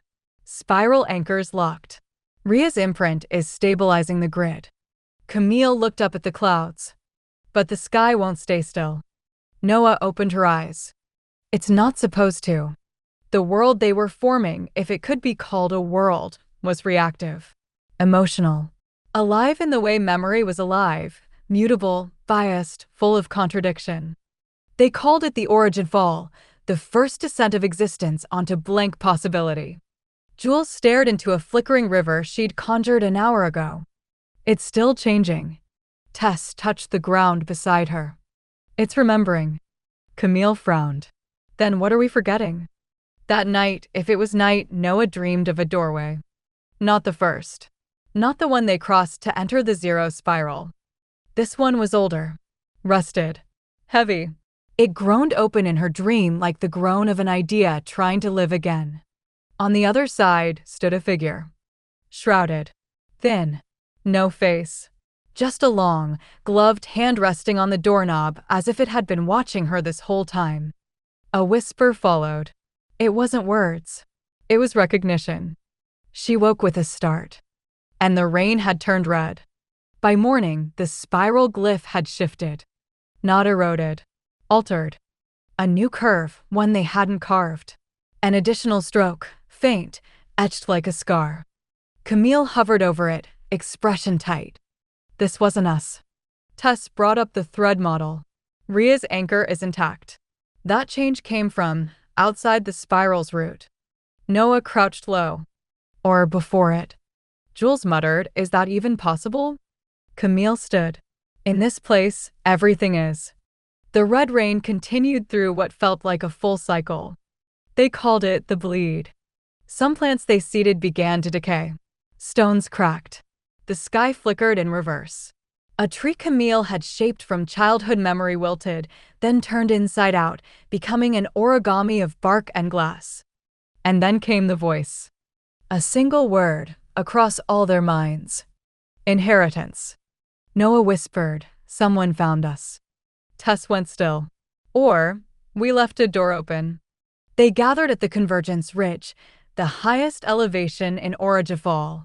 From there, they could see the spiral's pattern etched faintly across the terrain like ley lines glowing under frost. Something moved along those lines now. Not a person. Not yet. A signal. A shape forming as it traveled. A silhouette of memories that weren't theirs. Jules backed away from the edge. That's not from Bridgemire. Or Echo Forms. It's something else. Noah nodded slowly. A memory from another spiral. Camille inhaled sharply. From theirs. Suddenly, the name made sense. Origin Fall wasn't just where their world began. It was where worlds collided. Noah looked west, or what now resembled west, and saw the shimmer again. Like a tear. Not in fabric. In continuity. And beyond it, faint but growing clearer, stood three silhouettes walking side by side. A boy with silver eyes. A girl with black gloves and a gun strapped to her thigh. A third figure in a red cloak, carrying a glass lantern full of shifting stars. Noah whispered the words before she even realized she recognized them. That's Cairo. And Lyra. And Camille's hand gripped her shoulder. They found the door too. Below them, the spiral pulsed harder. The red rain ceased. The door between spirals began to burn, not with flame, but with narrative. Stories folding inward, collapsing and expanding. Tess muttered, we don't know the laws of their spiral. What happens if we let them in? Camille answered softly, We don't let them. We meet them. And so the spiral prepared for its convergence. The past, the overwritten, the rewritten, all spiraling into one.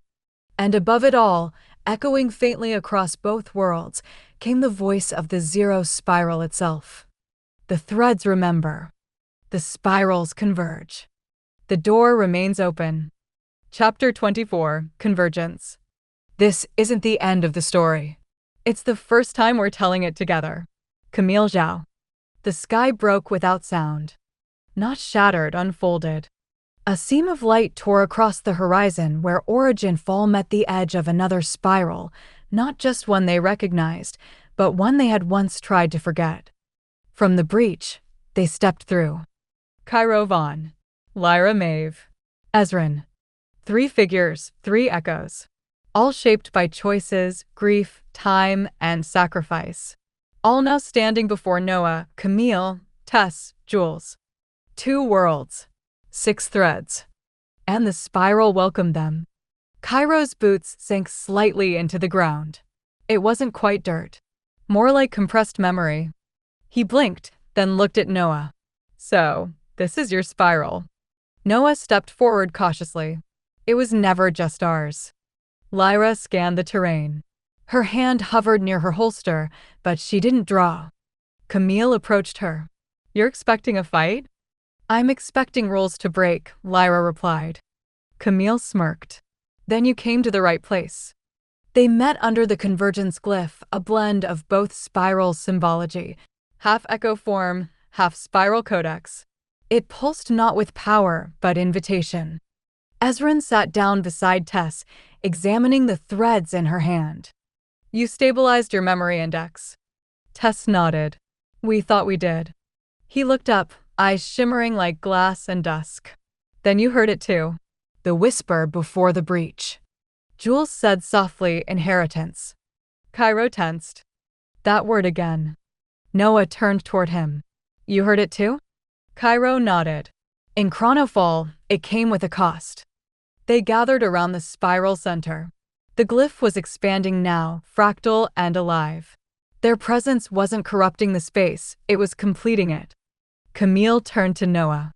This was never about one world saving another. It's about them remembering they were never apart. Lyra muttered, that sounds like something Ezrin would say. I did say it, Ezrin replied. Lyra rolled her eyes. Figures. Suddenly the sky pulsed. Not light, not sound. A pulse of recognition. And then a voice. Not from above. Not from within. From the spiral itself. You have arrived. The threads are now whole. Final narrative unlocked. Each of them felt it in their bones like a pressure release. Like truth catching up with them all at once. And then the spiral began to speak, not in words, but in moments. Visions. Fragments. Cairo saw his sister again, but older. Free. Laughing in a world that never fell. Camille saw her father's lantern whole, burning bright, no longer just a token of grief, but a guide. Rhea appeared beside Jules, whispering something soft, smiling. Tess blinked tears as she watched her younger self rethreading memories beside a boy she hadn't saved the first time. Ezrin saw himself split, across countless spirals, and finally at peace. Lyra saw herself letting go. And Noah saw all of them, gathered under starlight as if they had always known this day would come. The spiral center shifted one last time. Not to end anything, but to begin everything. The spiralverse is no longer divided. Write it together. Or not at all. 1 week later, the rain had stopped. For good. Origin Fall was blooming now, both familiar and strange. Bridgemeyer's rivers curved beside Chronofall's silverwood trees. The moons from both worlds now orbited together, dancing in unison. They named the new world Requiem's thread. Not a promise. A memory. Of loss and survival and choice. Camille looked out across the new field, notebook in hand. Noah wants to teach the others how to shape memory safely. Lyra stood beside her, arms crossed. And Cairo wants to break every rule you set. Camille smiled. I'm sure he'll try. They turned back as Tess and Ezrin approached, deep in a discussion about echo resonance and recursive logic traps. "You two are getting along," Camille noted. "Don't tell him that," Tess said dryly. "He thinks he's winning." That evening, Noah sat at the center of the glyph with Cairo. She looked up at the twin moons.